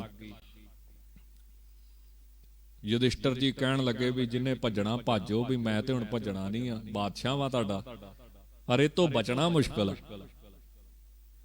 ਤਾਂ ਮੈਨੂੰ ਤੇ ਮਰਨਾ ਹੀ ਪੈਣਾ, ਤੁਸੀਂ ਨਿਕਲ ਜਾਓ ਸਾਰੇ। ਭਗਵਾਨ ਕ੍ਰਿਸ਼ਨ ਜੀ ਤੱਕ ਗੱਲ ਪਹੁੰਚੀ। ਭਗਵਾਨ ਜੀ ਕਹਿੰਦੇ ਵੀ ਏਦਾਂ ਨਹੀਂ ਇਹ ਤੋਂ ਬਚਿਆ ਜਾਣਾ, ਇਹ ਨਾਰਾਇਣ ਆ। ਹੁਣ ਨਾਰਾਇਣ ਪਰਮੇਸ਼ਰ ਦਾ ਨਾਮ, ਪਰਮੇਸ਼ਰ ਦੇ ਬਲ ਦੇ ਨਾਲ ਇਹ ਅਸਤਰ ਸ਼ਸਤਰ ਜਾਂ ਪਰਮੇਸ਼ਰ ਰੂਪੀ ਅਸਤਰ ਛੱਡਿਆ ਇਹਨਾਂ ਨੇ। ਤਾਂ ਇਸ ਕਰਕੇ ਇਦਾਂ ਕਰੋ ਵੀ ਪਰਮੇਸ਼ਰ ਨੂੰ ਨਮਸਕਾਰ ਹੁੰਦੀ ਆ, ਲੜਿਆ ਨਹੀਂ ਜਾਂਦਾ ਪਰਮੇਸ਼ਰ ਦੇ ਨਾਲ। ਵਾਹਿਗੁਰੂ ਨਾਲ ਲੜ ਕੇ ਕੋਈ ਜਿੱਤਿਆ ਅਜੇ ਤੱਕ? ਹਥਿਆਰ ਸੁੱਟੋ ਸਾਰੇ ਆਪਦੇ ਤੇ ਹੱਥ ਜੋੜੋ, ਨਮਸਕਾਰ ਕਰੋ। ਜਿੰਨੇ ਜਿੰਨੇ ਨਮਸਕਾਰ ਕੀਤੀ ਉਹਦਾ ਕੋਪ ਜਿਹੜਾ ਸੀ ਸ਼ਸਤਰ ਦਾ ਸ਼ਾਂਤ ਹੋਇਆ। ਪਰ ਭੀਮ ਚੰਦ ਜੀ ਨੂੰ ਬੜਾ, ਪਾਂਡਵਾਂ ਚ ਭੀਮ ਜੀ ਉਹਨਾਂ ਨੂੰ ਬੜਾ ਮਾਣ ਸੀ, ਛਕਣ ਛਕਾਉਣ ਚ ਵੀ ਤਗੜੇ ਸੀ। ਤੇ ਇਸ ਕਰਕੇ ਕਹਿੰਦੇ ਮੈਂ ਕਿਹਾ ਸੁੱਟਾਂ, ਮੈਂ ਸ਼ਸਤਰੀ ਆ, ਸੂਰਮਾ ਵਾ, ਸੂਰਮਾ ਸ਼ਸਤਰ ਨਹੀਂ ਸੁੱਟਦਾ ਆਪਦਾ। ਮਹਾਰਾਜ ਕਹਿੰਦੇ ਸੁੱਟਣੇ ਕਿ ਨਹੀਂ ਸੁੱਟਣੇ, ਮਰਵਾਉਣਾ ਹੀ ਸਾਰੇ। ਅੱਗੇ ਨਾਰਾਇਣ ਅਸਤਰ ਆ ਤੇ ਪਰਮੇਸ਼ਰ ਅੱਗੇ ਤੇ ਸਾਰੇ ਹੀ ਆਪਣੀ ਸ੍ਰੀ ਸਾਹਿਬ ਨੀਵੀਂ ਪਾ ਕੇ ਨਮਸਕਾਰ ਕਰਦੇ ਆ, ਕਿਉਂ ਨਾਰਾਇਣ ਦਾ ਸਰੂਪ ਨੇ ਸ਼ਸਤਰ ਨੇ, ਉਹਦਾ ਹੀ ਰੂਪ ਨੇ, ਉਹਦੇ ਅੱਗੇ ਝੁਕ ਸਕਦੇ ਨੇ। ਤਾਂ ਚਲੋ ਇਹਨੇ ਬੜੀ ਜਿੱਦ ਕੀਤੀ ਤੇ ਫਿਰ ਅਰਜਨ ਨੇ ਇੱਕ ਹੋਰ ਖਣੀ ਵਾਯੂ ਸ਼ਸਤਰ ਚਲਾਇਆ, ਇਹਨੂੰ ਬਚਾਇਆ। ਪਰ ਫਿਰ ਉਹਦਾ ਕੋਪ ਸ਼ਾਂਤ ਨਾ ਹੋਵੇ ਤਾਂ ਫਿਰ ਇਹਨੇ ਫਿਰ ਨਾਰਾਇਣ ਅਸਤਰ ਅੱਗੇ ਅਸਤਰ ਇਹ ਤੋਂ ਬਦੋ ਬਦੀ ਰਖਾਏ ਤੇ ਨਮਸਕਾਰ ਕਰਾਈ। ਇਦਾਂ ਪੁਰਾਣੇ ਗ੍ਰੰਥਾਂ 'ਚ ਲਿਖਿਆ ਕਿ ਸ਼ਸਤਰ ਦਾ ਸਤਿਕਾਰ ਕਰਨਾ। ਜਾਂ ਅੱਜ ਵੀ ਜੇ ਕਲਗੀਧਰ ਜੀ ਦਾ ਇਤਿਹਾਸ ਆਪਾਂ ਵਿਚਾਰੀਏ ਤਾਂ ਕਪੂਰੇ ਨੇ ਮਹਾਰਾਜ ਨੂੰ ਕੀ ਆਖਿਆ ਸੀ ਜਦੋਂ ਮਿਲਣ ਆਇਆ? ਇੱਕ ਬੰਨੇ 10ਵੇਂ ਪਾਤਸ਼ਾਹ ਦੇ ਸੀਸ ਉੱਤੇ ਚੌਰ ਹੋਵੇ, ਦੂਜੇ ਬੰਨੇ ਸ਼ਸਤਰਾਂ ਦੇ ਚੌਰ ਹੋਵੇ। ਕਪੂਰੇ ਨੇ ਵੱਡਾ ਜਾਮਾ ਪਾਇਆ, ਮਿੱਟੀ ਡਾਉਂਦਾ ਆਵੇ, ਨਾਲ ਦੇ ਸੇਵਾਦਾਰ ਨੇ ਕਹਿ ਦਿੱਤਾ ਚੌਧਰੀ ਸਾਵਧਾਨ ਹੋ ਕੇ ਤੁਰ, ਸ਼ਸਤਰਾਂ ਤੇ ਮਿੱਟੀ ਪਾਉਣਾ ਹੈ, ਘਟਾ ਡਾਉਣਾ ਹੈ। ਹੁਣ ਚੌਧਰੀ ਸੀ, ਸਿੰਘ ਨੇ ਏਡੀ ਗੱਲ ਕਹਿਤੀ, ਬੇਇੱਜ਼ਤੀ ਮੰਨੀ। ਸੜੇ ਵਾਲੇ ਨੇ ਕਹਿ ਦਿੱਤਾ ਤੁਸੀਂ ਨਾ ਨਵੀਆਂ ਹੀ ਮਰਿਆਦਾ ਚਲਾਉਂਦੇ ਹੋ, ਅੱਗੇ ਤੇ ਗੁਰੂਆਂ ਤੇ ਚੌਰ ਹੁੰਦਾ ਸੀ, ਹੁਣ ਸ਼ਸਤਰਾਂ ਤੇ ਵੀ ਕਰੀ ਜਾਂਦੇ ਹੋ। ਤਾਂ ਮਹਾਰਾਜ ਕਹਿਣ ਲੱਗੇ ਸ਼ਸਤਰ ਵਾਹਿਗੁਰੂ ਦਾ ਰੂਪ ਹੈ, ਅਕਾਲ ਪੁਰਖ ਦਾ ਸਰੂਪ ਹੈ। ਪ੍ਰਥਮੇ ਖੰਡਾ ਸਾਜ ਕੇ ਜਿਨ ਸਭ ਸਹਿ ਸਾਰੋ ਪਾਇਆ। ਖੰਡਾ ਨਾਮ ਸ਼ਕਤੀ ਦਾ ਹੈ, ਤਾਕਤ ਦਾ ਹੈ। ਪਹਿਲਾਂ ਵਾਹਿਗੁਰੂ ਨੇ ਸ਼ਕਤੀ ਸਾਜੀ ਹੈ, ਜਿਨੇ ਸਾਰਾ ਸੰਸਾਰ ਪੈਦਾ ਕੀਤਾ ਹੈ। ਇਸ ਕਰਕੇ ਤੂੰ ਨਾਰਾਜ਼ ਕਿਉਂ ਨਾ ਹੈ? ਇਹ ਜਿਹਦੇ ਹੱਥ 'ਚ ਹੋਣ, ਜਿਹਦੇ ਕੋਲੇ ਹੋਣ, ਉਹਦਾ ਹੀ ਰਾਜ ਹੈ। ਇਸ ਕਰਕੇ ਮਹਾਰਾਜ ਨੇ ਰਹਿਤਨਾਮਿਆਂ 'ਚ ਹੁਕਮ ਵੀ ਦਿੱਤਾ ਹੈ ਵੀ ਕੇਸ ਤੇ ਕਿਰਪਾਨ ਤੋਂ ਬਿਨਾ ਮੇਰੇ ਦਰਸ਼ਨ ਨਹੀਂ ਹੋਣੇ। ਜਿਨੇ ਮੇਰੇ ਦਰਸ਼ਨ ਕਰਨੇ ਨੇ ਉਹ ਕੇਸ ਤੇ ਕਿਰਪਾਨ ਦੋ ਚੀਜ਼ਾਂ ਧਾਰਨ ਕਰੇ, ਤੇ ਜਿਨੇ ਕੇਸ ਤੇ ਰੱਖ ਲੇ ਪਰ ਕਿਰਪਾਨ ਨਹੀਂ, ਉਹਦੇ ਹਾਲਾਤ ਵੀ ਭੇਡੂ ਵਰਗੇ ਹੋ ਜਾਣਗੇ, ਵੀ ਕੰਨੋਂ ਫੜ ਕੇ ਜਿੱਧਰ ਮਰਜ਼ੀ ਘੜੀਸਣਗੇ ਸ਼ਸਤਰ ਤੋਂ ਬਿਨਾ। ਸ਼ਸਤਰ ਤੋਂ ਬਿਨਾ ਕੇਸ ਵੀ ਕਮਜ਼ੋਰੀ ਬਣ ਜਾਣੇ, ਤੇ ਜੇ ਸ਼ਸਤਰ ਹੈ ਫਿਰ ਭੈ ਰੱਖਿਆ ਜਾਵੇ। ਤਾਂ ਮਹਾਰਾਜ ਦੇ ਸਪਸ਼ਟ ਬਚਨ ਨੇ ਵੀ ਬਿਨਾ ਤੇਗ ਤੋਂ, ਬਿਨਾ ਕੇਸਾਂ ਤੋਂ ਮੈਂ ਦਰਸ਼ਨ ਨਹੀਂ ਦਿੰਦਾ। ਜਿਹੜੇ ਮੇਰੇ ਦਰਸ਼ਨ ਕਰਨਾ ਚਾਹੁੰਦੇ ਨੇ ਉਹ ਕਿਰਪਾਨ ਤੇ ਕੇਸ ਦੋ ਚੀਜ਼ਾਂ ਜ਼ਰੂਰ ਧਾਰਨ ਕਰਨ, ਅੰਮ੍ਰਿਤਧਾਰੀ ਹੋਣ। ਤਾਂ ਗੁਰਬਾਣੀ ਵਿੱਚ ਵੀ ਲਿਖਿਆ, ਆਸ ਕਿਰਪਾਨ ਖੰਡੋ ਖੜਗ ਤੁਬਕ ਤਬਰ ਅਰ ਤੀਰ, ਸਹਿਬ ਸਰੋਈ ਸਹਿਤੀ ਯਹ ਹਮਾਰੇ ਪੀਰ। ਇਹਦੇ ਵਿੱਚ ਬੜੀ ਤਾਕਤ ਆ। ਆ ਪਿੱਛੇ ਜੇ ਗੱਲ ਚੱਲਦੀ ਪਈ ਸੀ, ਤੇ ਚਲੋ ਕੋਈ ਨਾ ਕੋਈ ਸੱਜਣ, ਭਾਈ ਗੁਰਦੀਪ ਸਿੰਘ ਜੀ ਬੜਾ ਵੱਡਾ ਕੇਸ ਪੈ ਗਿਆ। ਤਾਂ ਇੱਥੇ ਦਮਦਮੀ ਟਕਸਾਲ ਦੇ ਪ੍ਰੇਮ ਵਾਲੇ ਇੱਧਰ ਭਾਈ ਗੁਰਦੇਵ ਸਿੰਘ ਜੀ ਬਣਿਆਣਾ ਹੋਣਾ ਦੇ ਪੈਲੀਆਂ 'ਚ ਭਾਈ ਅਵਤਾਰ ਸਿੰਘ ਰਹਿੰਦਾ ਸੀ, ਗੁਰਦੁਆਰਾ ਬਣਾਇਆ ਸੀ। ਉਹਦੀ ਬਾਬਾ ਦੀਪ ਸਿੰਘ ਜੀ ਤੇ ਬੜੀ ਸ਼ਰਧਾ ਸੀ। ਉਹਦੇ ਨਾਲ ਗੱਲ ਹੋਈ ਭਾਈ ਗੁਰਦੀਪ ਸਿੰਘ ਜੀ ਦੀ, ਤਾਂ ਉਹਨੇ ਆਖਿਆ ਵੀ ਸਿੱਧਾ ਜਿਹਾ ਸਾਧ ਜਿਹਾ ਬੰਦਾ ਉਹਨੇ ਆਖਿਆ ਵੀ ਬਾਬਾ ਦੀਪ ਸਿੰਘ ਦਾ ਖੰਡਾ ਰੱਖੋ ਹਾਂ ਪਲੰਗੇ ਤੇ ਘਿਓ ਦੀ ਜਗਾਓ ਜੋਤ, ਤੇ ਇੰਨੇ ਪਾਠ ਕਰੋ ਸੁਖਮਨੀ ਸਾਹਿਬ ਦੇ। ਹੁਣ ਦੂਸਰੇ ਬੰਨੇ ਐਮਐਲਏ ਵੀ ਉਲਟ, ਪਿੰਡ ਦਾ ਸਰਪੰਚ ਵੀ ਉਲਟ, ਇਹ ਜ਼ਮੀਨ ਹੀ ਸਾਰੀ ਜਾਂਦੀ ਲੱਗਣੀ ਸੀ। ਜਦੋਂ ਉਹਨਾਂ ਨੇ ਉਹਦੇ ਆਖੇ ਲੱਗ ਕੇ ਪਾਠ ਪੂਜਾ ਸ਼ੁਰੂ ਕੀਤੀ, ਜਾਪ ਸ਼ੁਰੂ ਕੀਤਾ, ਸ਼ਸਤਰਾਂ ਦਾ ਸਤਿਕਾਰ ਕੀਤਾ, ਅੱਜ ਤੱਕ ਜ਼ਮੀਨ ਉਹਨਾਂ ਤੋਂ ਕੋਈ ਛਡਾ ਹੀ ਨਹੀਂ ਸਕਿਆ। ਸੋ ਇਸ ਕਰਕੇ ਇਦਾਂ ਦੀਆਂ ਉਦਾਹਰਨਾਂ ਮਨ ਨੂੰ ਪੋਜ਼ਿਟਿਵ ਰੱਖਣ ਦੇ ਵਿੱਚ, ਚੜ੍ਹਦੀ ਕਲਾ 'ਚ ਰੱਖਣ 'ਚ, ਵਿਸ਼ਵਾਸ ਰੱਖਣ 'ਚ ਬੜੀਆਂ ਕੰਮ ਦਿੰਦੀਆਂ ਨੇ। ਤਾਂ ਹੇ ਅਕਾਲ ਪੁਰਖ ਤੈਨੂੰ ਨਮਸਕਾਰ ਹੈ, ਕਿਉਂ ਤੂੰ ਸ਼ਸਤਰਾਂ ਦਾ ਮਾਣ ਕਰਦਾ। ਜਾਂ ਨਮੋ ਸ਼ਸਤਰ ਮਾਣੇ, ਮਾਣੇ ਦਾ ਮੈਨੇ ਤੂੰ ਸ਼ਸਤਰ ਸਰੂਪ ਹੈ। ਮਾਣੇ ਦਾ ਅਰਥ ਹੈ ਵੀ ਤੂੰ ਸ਼ਸਤਰ ਹੀ ਹੈ, ਸ਼ਸਤਰ ਸਰੂਪ ਹੀ ਹੈ, ਤਾਕਤ ਰੂਪ ਹੈ, ਬਲ ਰੂਪ ਹੈ, ਸ਼ਕਤੀ ਰੂਪ ਹੈ। ਇਹ ਵੀ ਲਿਖਿਆ ਮਹਾਰਾਜ ਨੇ, ਤੀਰ ਤੁਹੀ ਸੈਥੀ ਤੁਹੀ ਤਬਰ ਤਰਵਾਰ, ਨਾਮ ਤਿਹਾਰੋ ਜੋ ਜਪੈ ਭਏ ਸਿੰਧ ਪਾਰ। ਐਸੇ ਵਾਹਿਗੁਰੂ ਜੀ ਆਪ ਜੀ ਨੂੰ ਨਮਸਕਾਰ ਹੈ। ਨਮੋ ਪਰਮ ਗਿਆਤਾ। हे ਅਕਾਲ ਪੁਰਖ ਜੀ, ਆਪ ਜੀ ਪਰਮ ਉਤਕ੍ਰਿਸ਼ਟ ਗਿਆਤਾ ਗਿਆਨ ਵਾਲੇ ਹੋ। ਭੂਤ ਭਵਿੱਖ ਦੇ, ਦੁਨੀਆ ਦੇ ਹਰ ਪਦਾਰਥ ਦਾ, ਸਾਰੇ ਜੀਵਾਂ ਦੇ ਕਰਮ ਕਿਰਿਆ, ਦੁੱਖ ਸੁੱਖ, ਕਿਹੜੀ ਜੂਨ ਚੋਂ ਆਇਆ ਹੈ, ਕਿਹੜੀ ਜੂਨ ਦੇ ਵਿੱਚ ਜਾਣਾ ਹੈ, ਕਿੰਨਾ ਧਨ ਮਿਲਣਾ ਹੈ, ਕਿੰਨਾ ਸੁੱਖ ਮਿਲਣਾ ਹੈ, ਕਿੰਨੀ ਵਡਿਆਈ ਮਿਲਣੀ ਹੈ, ਕਿੰਨਾ ਦੁੱਖ ਮਿਲਣਾ ਹੈ, ਹਰ ਤਰ੍ਹਾਂ ਦੀ ਗਿਆਤ ਸਿਰਫ ਤੇ ਸਿਰਫ ਆਪ ਜੀ ਨੂੰ ਹੀ ਰਹਿੰਦੀ। ਸਾਨੂੰ ਤੇ ਇੰਨਾ ਕੀ ਚੇਤਾ ਰਹਿੰਦਾ, ਦੁਨਿਆਵੀ ਬੰਦੇ ਨੂੰ ਕਿੰਨਾ ਕੁ ਚੇਤਾ ਰਹਿੰਦਾ, ਇੰਨਾ ਕੀ ਰਹਿੰਦਾ ਵੀ ਫਲਾਣੇ ਤੋਂ ਇੰਨੇ ਲੈਣੇ, ਇੰਨੇ ਨਹੀਂ ਦਿੱਤੇ, ਉਹ ਹੀ ਚੇਤੇ ਰਹਿੰਦੇ ਨੇ। ਇਸ ਤੋਂ ਵੱਧ ਬਹੁਤਾ ਨਹੀਂ, ਜਾਂ ਪਰਿਵਾਰ ਦਾ ਚੇਤਾ ਹੋਊਗਾ ਥੋੜਾ ਬਹੁਤ। ਪਰ ਵਾਹਿਗੁਰੂ ਵਿੱਚ ਪਰਮ ਗਿਆਤਾ, ਇੰਨਾ ਗਿਆਨ ਕਿਸੇ ਦੇ ਵਿੱਚ ਨਹੀਂ। ਏਡੀ ਵੱਡੀ ਗਿਆਤ ਵਾਲਾ, ਭਾਵੇਂ ਕਿ ਗਿਆਤ ਤਾਂ ਜੋਗੀਆਂ ਨੂੰ ਵੀ ਹੁੰਦੀ ਆ, ਸੰਤਾਂ ਨੂੰ ਵੀ ਹੁੰਦੀ ਆ, ਮਹਾਂਪੁਰਸ਼ਾਂ ਨੂੰ ਵੀ ਹੁੰਦੀ ਆ। ਕਈ ਸੰਤ ਦਿਲ ਦੀ ਬੁੱਝ ਲੈਂਦੇ ਆ, ਰੱਬ ਉਹਨਾਂ ਦੇ ਮੂੰਹੋਂ ਗੱਲ ਹੀ ਇਦਾਂ ਦੀ ਕਢਾਉਂਦਾ ਜਿਹੜੀ ਅਸੀਂ ਸੋਚ ਕੇ ਆਉਨੇ। ਜਾਂ ਜਿਹੜੇ ਗੁਰਮੁਖ, ਉਹਨਾਂ ਨੂੰ ਸਰੀਰ ਛੱਡਣ ਲੱਗਿਆਂ ਮਾਣ ਦਿੰਦਾ ਹੈ, ਉਹ ਗੁਰਮੁਖਾਂ ਦੇ ਮੂੰਹ ਤੋਂ ਇਦਾਂ ਦੇ ਵਚਨ ਕਰਾਉਂਦੇ ਨੇ ਵੀ ਉਹ ਬਾਅਦ ਦੇ ਵਿੱਚ ਇਦਾਂ ਜਾਪਦਾ ਵੀ ਉਹਨਾਂ ਨੂੰ ਆਪਣੀ ਮੌਤ ਦਾ ਪਤਾ ਸੀ। ਇੱਕ ਤਾਂ ਇਹ ਨੇ, ਇੱਕ ਐਸੇ ਬ੍ਰਹਮ ਗਿਆਨੀ ਸੰਤ ਨੇ ਜਿਨ੍ਹਾਂ ਨੂੰ ਸਭ ਪਤਾ ਹੈ। ਪਰ ਫਰਕ ਕੀ ਆ? ਭੂਤ ਭਵਿੱਖ ਦੀ ਗਿਆਤ ਤੇ ਸੰਤਾਂ ਨੂੰ ਵੀ ਹੁੰਦੀ ਆ ਵੀ ਕਦੋਂ ਸਰੀਰ ਛੱਡਣਾ। ਫਰਕ ਕੀ ਆ ਵੀ ਦੱਸਣ ਵਾਲੇ ਮਹਾਂਪੁਰਸ਼ ਲਿਖਦੇ ਨੇ, ਦੱਸਦੇ ਨੇ। ਉਹ ਕੀ ਲਿਖਦੇ ਨੇ, ਦੱਸਦੇ ਨੇ ਵੀ ਜਦੋਂ ਇਹ ਕਿਸੇ ਚੀਜ਼ ਦੇ ਉੱਤੇ ਧਿਆਨ ਜੋੜਨ ਸੰਤ ਸਾਧੂ, ਫੇਰ ਇਹਨਾਂ ਨੂੰ ਪਤਾ ਲੱਗ ਜਾਂਦਾ। ਪਰ ਪਰਮੇਸ਼ਰ ਨੂੰ ਇਦਾਂ ਧਿਆਨ ਸਮਾਧੀ 'ਚ ਨਹੀਂ ਬਹਿਣਾ ਪੈਂਦਾ, ਧਿਆਨ ਨਹੀਂ ਜੋੜਨਾ ਪੈਂਦਾ ਵੀ ਮੈਂ ਫਲਾਣੇ ਦਾ ਪਤਾ ਕਰਨਾ। ਇਹਨੂੰ ਸੁਤੇ ਸਿੱਧੀ ਗਿਆਤ ਹੈ ਹਰ ਪਦਾਰਥ ਦੀ, ਵਸਤੂ ਦੀ, ਸਭ ਕੋ ਪ੍ਰਤੱਖ ਹੀ ਹੈ ਉਹਨਾਂ ਦੇ ਅੱਗੇ। ਜਿਵੇਂ ਹੱਥ ਤੇ ਔਲਾ ਰੱਖਿਆ, ਸਭ ਦਿਖਦਾ, ਸਭ ਪ੍ਰਤੱਖ ਹੈ, ਸਭ ਕੁਝ ਸਾਹਮਣੇ ਆ ਜਾਂਦਾ। ਸੰਤਾਂ ਦਾ ਇੰਨਾ ਕੁ ਫਰਕ ਹੁੰਦਾ ਕਿ ਇਹਨਾਂ ਨੂੰ ਚੌਂਕੜੇ 'ਚ ਬਹਿ ਕੇ ਦੇਖਣਾ ਪੈਂਦਾ। ਇਦਾਂ ਲਿਖਣ ਵਾਲੇ ਲਿਖਦੇ ਨੇ ਅੱਗੇ, ਜਿਨ ਹਰ ਪਾਇਓ ਤਿਨੇ ਛੁਪਾਇਓ, ਜਾਂ ਜਿਉਂ ਗੂੰਗੇ ਗੁੜ ਖਾਇਆ ਪੂਛੇ ਤੇ ਕਿਆ ਕਹੀਏ, ਤਾਂ ਫਿਰ ਸੰਤੀ ਜਾਣਦੇ ਹੋਣਗੇ। ਪਰ ਲਿਖਣ ਵਾਲੇ ਲਿਖਦੇ ਨੇ, ਇਹ ਰੱਬ ਨੂੰ ਵੀ ਪਤਾ ਹਰ ਚੀਜ਼ ਦਾ, ਸੰਤਾਂ ਨੂੰ ਵੀ ਪਤਾ। ਫਿਰ ਫਰਕ ਕੀ ਆ? ਇਹਦੇ ਫਰਕ ਇਹ ਆ ਵੀ ਉਹਨਾਂ ਨੂੰ ਧਿਆਨ 'ਚ ਬਹਿਣਾ ਪੈਂਦਾ ਵਾ ਕਿਸੇ ਚੀਜ਼ ਦਾ ਪਤਾ ਕਰਨ ਵਾਸਤੇ, ਤੇ ਰੱਬ ਨੂੰ ਸਭ ਕੁਝ ਪ੍ਰਤੱਖ ਹੀ ਹੈ, ਹਾਜ਼ਰ ਹੀ ਹੈ। ਇਸ ਕਰਕੇ ਸੱਚੇ ਪਾਤਸ਼ਾਹ ਆਪ ਜੀ ਉਤਕ੍ਰਿਸ਼ਟ ਗਿਆਤਾ ਵਾਲੇ, ਜਿੱਡਾ ਵੱਡਾ ਗਿਆਨ ਆਪ ਜੀ ਨੂੰ ਹੈ, ਹੋਰ ਕਿਸੇ ਨੂੰ ਵੀ ਇਸ ਤਰ੍ਹਾਂ ਦਾ ਗਿਆਨ ਨਹੀਂ ਹੈ। ਨਮੋ ਲੋਕ ਮਾਤਾ। ਇਸੇ ਕਰਕੇ ਬਾਣੀ 'ਚ ਲਿਖਿਆ, ਗਿਆਨ ਧਿਆਨ ਪੂਰਨ ਪਰਮੇਸ਼ਰ ਪ੍ਰਭ ਸਭਨਾ ਗੱਲਾਂ ਜੋਗਾ ਜੀਓ। ਗਿਆਨ ਹੂ ਕੇ ਗਿਆਤਾ, ਮਹਾ ਬੁੱਧਤਾ ਕੇ ਦਾਤਾ ਦੇਵ। ਕਾਲ ਹੂੰ ਕੇ ਕਾਲ, ਮਹਾ ਕਾਲ ਹੂੰ ਕੇ ਕਾਲ ਹੈ। ਨਮੋ ਲੋਕ ਮਾਤਾ। ਹੇ ਵਾਹਿਗੁਰੂ ਪਰਮੇਸ਼ਰ ਜੀ, ਤੂੰ ਸਭਨਾ ਲੋਕਾਂ ਨੂੰ ਮਾਤਾ ਪਿਤਾ ਰੂਪ ਹੈ, ਤੈਨੂੰ ਮੇਰੀ ਨਮਸਕਾਰ ਹੈ।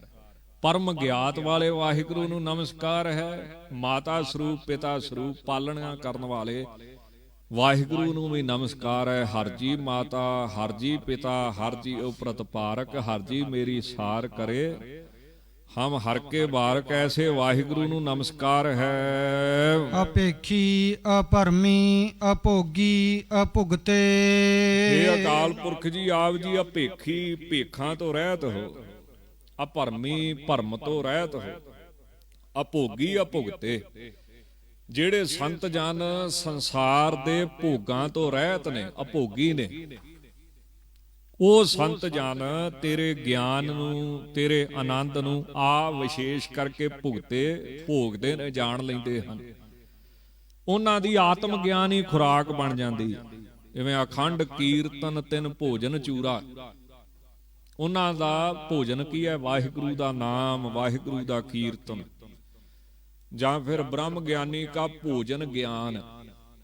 ਪਰ ਕਿਹਨਾਂ ਨੂੰ? ਆ ਭੋਗੀ, ਜਿਹੜੇ ਸੰਸਾਰ ਦੇ ਭੋਗਾਂ ਤੋਂ ਰਹਿਤ ਹੋ ਗਏ ਨੇ, ਜਿਨ੍ਹਾਂ ਗੁਰਮੁਖਾਂ ਦੀ ਬਿਰਤੀ ਦੁਨੀਆ ਦੇ ਪਦਾਰਥਾਂ ਤੋਂ ਉੱਪਰ ਉੱਠ ਗਈ ਹੈ, ਉਹਨਾਂ ਨੂੰ ਫਿਰ ਪਰਮੇਸ਼ਰ ਦੇ ਪ੍ਰਤੱਖ ਦਰਸ਼ਨਾਂ ਦੀ ਦਾਤ ਪ੍ਰਾਪਤ ਹੁੰਦੀ ਹੈ। ਆਤਮ ਗਿਆਨ ਦੁਆਰਾ ਆਨੰਦ ਮਾਣਦੇ ਨੇ। ਆ ਵਿਸ਼ੇਸ਼ ਕਰਕੇ ਉਹ ਭੋਗਦੇ ਹਨ। ਜਿਵੇਂ ਮਹਾਰਾਜ ਕਹਿੰਦੇ, ਬਿਖੈ ਦਲ ਸੰਤਨ ਤੁਮਰੇ ਗਾਹਿਓ, ਰਾਮ ਰਸ ਪੀਆ ਰੇ, ਜਿਹ ਰਸ ਬਿਸਰ ਗਏ ਰਸ ਔਰ। ਐਸੀ ਅਵਸਥਾ ਦੇ ਉਹ ਮਾਲਕ ਨੇ। ਜਾਂ ਅਭੋਗੀ ਅਭੁਗਤੇ। ਹੁਣ ਜਿਹੜੇ ਸੰਸਾਰਕ ਬੰਦੇ ਨੇ, ਇਹ ਆ ਵਿਸ਼ੇਸ਼ ਕਰਕੇ ਭੋਗੀ ਆ, ਬਹੁਤੇ ਭੋਗਾਂ 'ਚ ਫਸੇ ਹੋਏ ਆ। ਉਹ ਵਾਹਿਗੁਰੂ ਜੀ ਤੈਨੂੰ ਆ ਨਹੀਂ ਭੁਗਤ ਜਾਣ ਸਕਦੇ, ਉਹ ਤੇਰੇ ਆਨੰਦ ਨੂੰ ਨਹੀਂ ਪ੍ਰਾਪਤ ਕਰ ਸਕਦੇ। ਕਿਉਂ? ਹਉ ਇੰਨੀ ਟੋਲੀ ਭੁੱਲੀਐਸ, ਤੇ ਸਕੰਤ ਨਾ ਬੈਠੀ ਪਾਸ ਜੀਓ। ਸੋਇਨਾ ਰੂਪਾ ਰੰਗਲਾ, ਮੋਤੀ ਤੈ ਮਾਣਕ ਜੀਓ। ਸੇ ਵਸਤੂ ਸਹਿ ਦਿੱਤੀਆਂ, ਮੈਂ ਤਿਨ ਸਿਉ ਲਾਇਆ ਚਿਤ ਜੀਓ। ਮੰਦਰ ਮਿੱਟੀ ਸੰਧੜੇ, ਪੱਥਰ ਕੀਤੇ ਰਾਸ ਜੀਓ।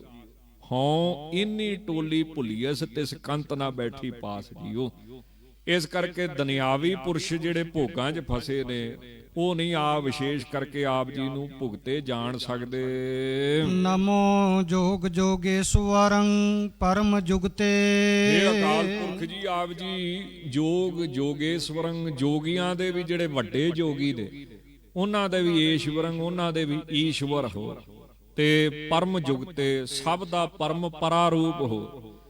ਤੇ ਹਰੇਕ ਦੇ ਵਿੱਚ ਹੀ ਜੁਗਤੇ ਜੁੜੇ ਹੋਏ ਹੋ, ਹਰ ਥਾਂ ਤੇ ਹਾਜ਼ਰ ਵੀ ਹੋ ਨਾਲ ਹੀ। ਐਸੇ ਵਾਹਿਗੁਰੂ ਜੀ ਨੂੰ ਨਮੋ ਨਮਸਕਾਰ ਹੈ। ਨਮੋ ਨਿਤ ਨਾਰਾਇਣੇ ਕਰੂਰ ਕਰਮੇ। ਇਹ ਅਕਾਲ ਪੁਰਖ ਵਾਹਿਗੁਰੂ ਸੱਚੇ ਪਾਤਸ਼ਾਹ ਜੀਓ, ਆਪ ਜੀ ਨਾਰਾਇਣ, ਨਰ ਨਾਰੀਆਂ ਦੇ ਹਿਰਦੇ ਰੂਪੀ ਆਇਣ ਘਰ ਦੇ ਵਿੱਚ ਨਿਵਾਸ ਕਰਨ ਵਾਲੇ ਨਾਰਾਇਣ ਸਰੂਪ ਹੋ। ਹਰੇਕ ਦੇ ਹਿਰਦੇ ਦੇ ਵਿੱਚ ਬੈਠੇ ਹੋ।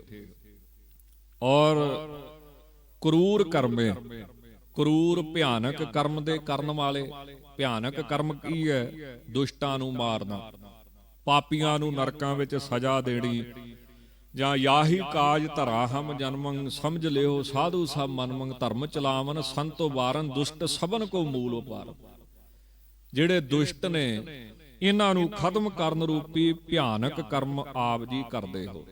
ਨਾਰਾਇਣ ਨਾਮ ਦਾ ਬੜੀ ਵੱਡੀ ਮਹਿਮਾ ਗੁਰਬਾਣੀ 'ਚ ਲਿਖੀ ਹੈ। ਇੱਕ ਪੂਰਾ ਸ਼ਬਦ ਹੀ ਧੰਨ ਗੁਰੂ ਅਰਜਨ ਦੇਵ ਸਾਹਿਬ ਜੀ ਨੇ ਉਚਾਰਨ ਕੀਤਾ, ਜਿਹਦਾ ਬੜਾ ਵੱਡਾ ਮਹਾਤਮ ਹੈ ਵੀ ਸਾਰੇ ਪਾਪ ਕੱਟੇ ਜਾਂਦੇ ਨੇ, ਸਾਰੇ ਸੁੱਖ ਪ੍ਰਾਪਤ ਹੁੰਦੇ ਨੇ, ਹਰ ਤਰ੍ਹਾਂ ਦੀ ਇੱਛਾ ਪ੍ਰਾਪਤ ਹੁੰਦੀ ਹੈ।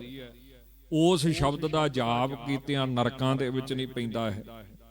ਉਸ ਸ਼ਬਦ ਨੂੰ ਮਨ ਦੇ ਵਿੱਚ ਧਾਰਿਆ ਜੰਮਣ ਮਰਨ ਤੋਂ ਬਾਹਰ ਹੁੰਦਾ ਹੈ। ਉਸ ਸ਼ਬਦ ਦਾ ਜਾਪ ਕਰਦਾ ਰਵੇ, ਜੰਮ ਭੱਜ ਜਾਂਦੇ ਨੇ। ਨਾਰਾਇਣ ਨਾਮ ਦਾ ਸ਼ਬਦ ਮਹਾਰਾਜ ਨੇ ਨਾਰਾਇਣ ਸਤੋਤਰ ਉਚਾਰਨ ਕੀਤਾ ਹੈ। ਨਾਮ ਨਿਰੰਜਨ ਨੀਰ ਨਾਰਾਇਣ ਰਸਨਾ ਸਿਮਰਤ ਪਾਪ ਬੁਲਾਇਣ। ਇਹ ਪੂਰਾ ਸ਼ਬਦ ਗੁਰੂ ਗ੍ਰੰਥ ਸਾਹਿਬ ਦੇ ਵਿੱਚ ਲਿਖਿਆ ਹੈ। ਐਸਾ ਨਾਰਾਇਣ ਜਾਂ ਫਿਰ ਸੁਲਹੀ ਤੇ ਨਾਰਾਇਣ ਰਾਖ, ਜਿੱਦਾਂ ਦਾ ਮਰਜ਼ੀ ਦੁੱਖ ਹੋਵੇ ਸੋ ਇਸ ਪਾਸੇ ਨਾ ਜਾਈਏ। ਹੇ ਅਕਾਲ ਪੁਰਖ ਆਪ ਨਾਰ, ਨਾਰ ਕਹਿੰਦੇ ਜਲ ਨੂੰ, ਆਇਣ ਕਹਿੰਦੇ ਘਰ ਨੂੰ। ਆਪ ਜੀ ਜਲ ਦੇ ਵਿੱਚ ਘਰ ਨਿਵਾਸ ਕਰਕੇ ਸਭ ਨੂੰ ਠੰਡਕ ਦੇਣ ਵਾਲੇ ਨਾਰਾਇਣ, ਠੰਡ ਪਾਉਣ ਵਾਲੇ ਹੋ, ਸ਼ਾਂਤੀ ਪ੍ਰਦਾਨ ਕਰਨ ਵਾਲੇ ਹੋ। ਹੁਣ ਇਸੇ ਨਾਰਾਇਣ ਦਾ ਜੇ ਅਰਬੀ ਫਾਰਸੀ ਚ ਅਰਥ ਕੀਤਾ ਜਾਵੇ ਤੇ ਨਾਰ ਕਹਿੰਦੇ ਅੱਗ ਨੂੰ। ਅੱਗ ਦੇ ਵਿੱਚ ਆਇਣ ਮੈਨੇ ਨਿਵਾਸ, ਅਗਨੀ ਰੂਪ ਹੋ ਕੇ, ਸੂਰਜ ਰੂਪ ਹੋ ਕੇ ਸਭ ਨੂੰ ਸਾੜਨਾ, ਤਪਸ਼ ਦੇਣਾ। ਇਹੋ ਜਿਹੇ ਕਰੂਰ ਕਰਮ ਜਾਂ ਜਮ ਰੂਪ ਹੋ ਕੇ ਕਰੂਰ ਕਰਮ ਆਪਣੀ ਸਜ਼ਾ ਦੇਣੀ ਕਰਮਾਂ ਦੀ, ਇਹੋ ਜਿਹੇ ਭਿਆਨਕ ਕਰਮਾਂ ਨੂੰ ਕਰਨ ਵਾਲੇ ਹੋ। ਹੇ ਸੱਚੇ ਪਾਤਸ਼ਾਹ ਜੀਓ, ਆਪ ਜੀ ਨੂੰ ਨਮਸਕਾਰ ਹੈ। ਨਮੋ ਪ੍ਰੇਤ ਅਪਰੇਤ ਦੇਵੇ ਸੋ ਧਰਮੇ। ਪ੍ਰੇਤ ਕਹਿੰਦੇ ਨੇ ਭੂਤਾਂ ਦੀ ਇੱਕ ਜਾਤੀ, ਭੂਤ ਤੇ ਪਿਸ਼ਾਚਾਂ ਦੀ ਇੱਕ ਜਾਤੀ ਮੰਨੀ ਹੈ, ਜਿਹਦਾ ਮੂੰਹ ਬਹੁਤ ਭਿਆਨਕ ਹੁੰਦਾ ਹੈ, ਡਰਾਉਣਾ ਹੁੰਦਾ ਹੈ। ਮਰਨ ਤੋਂ ਬਾਅਦ ਜਿਨ੍ਹਾਂ ਨੇ ਪਾਪ ਕੀਤੇ ਹੁੰਦੇ ਉਹਨਾਂ ਨੂੰ ਇੱਕ ਸਰੀਰ ਮਿਲਦਾ, ਉਹਨੂੰ ਪ੍ਰੇਤ ਜੂਨੀ ਕਹਿ ਦਿੰਦੇ, ਜਾਂ ਪ੍ਰੇਤ ਕਹਿ ਦਿੰਦੇ। ਜਿਹੜੇ ਮਾੜੇ ਕੰਮ ਕਰਨ ਉਹ ਕੌਣ? ਦੈਂਤ। ਜਿਹੜੇ ਵਾਹਿਗੁਰੂ ਨੂੰ ਨਾ ਮੰਨਣ, ਇਹ ਸਾਰੇ ਭੂਤ ਪ੍ਰੇਤਾਂ ਦੀ ਸੰਗਿਆ ਵਿੱਚ ਆਉਂਦੇ ਨੇ। ਜਾਂ ਪ੍ਰੇਤ ਕਹਿ ਦਿੰਦੇ ਜਿਹੜਾ ਅਪਵਿੱਤਰ ਹੋਵੇ, ਗੰਦਾ ਰਹਿੰਦਾ ਹੋਵੇ ਨਾ, ਉਹਨੂੰ ਪ੍ਰੇਤ ਕਹਿ ਦਿੰਦੇ ਨੇ।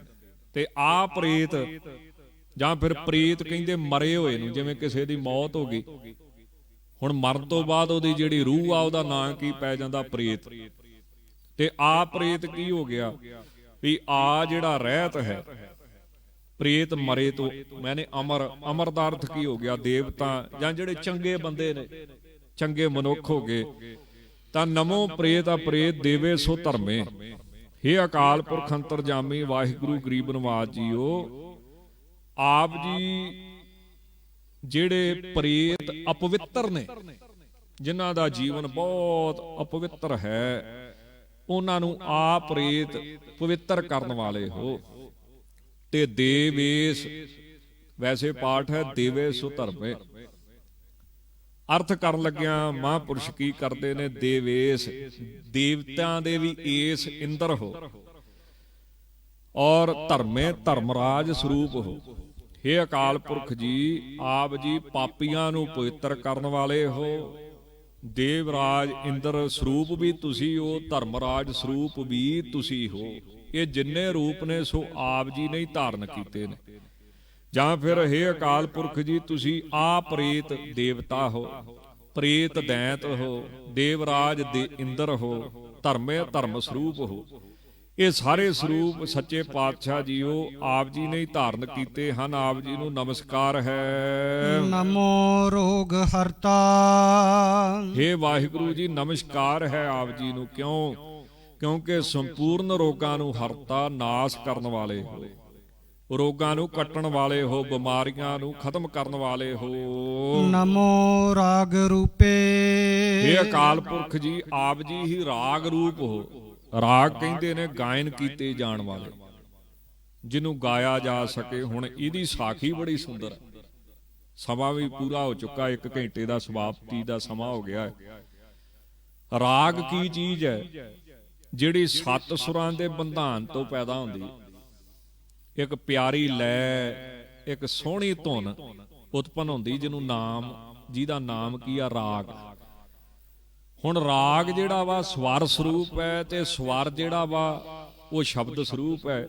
ਇਸ ਕਰਕੇ ਸ਼ਬਦ ਦੀ ਬ੍ਰਹਮ ਨਾਲ, ਪਰਮੇਸ਼ਰ ਨਾਲ ਏਕਤਾ, ਇਸ ਕਰਕੇ ਰਾਗ ਨੂੰ ਵੀ ਰੱਬ ਰੂਪ ਮੰਨਿਆ ਗਿਆ।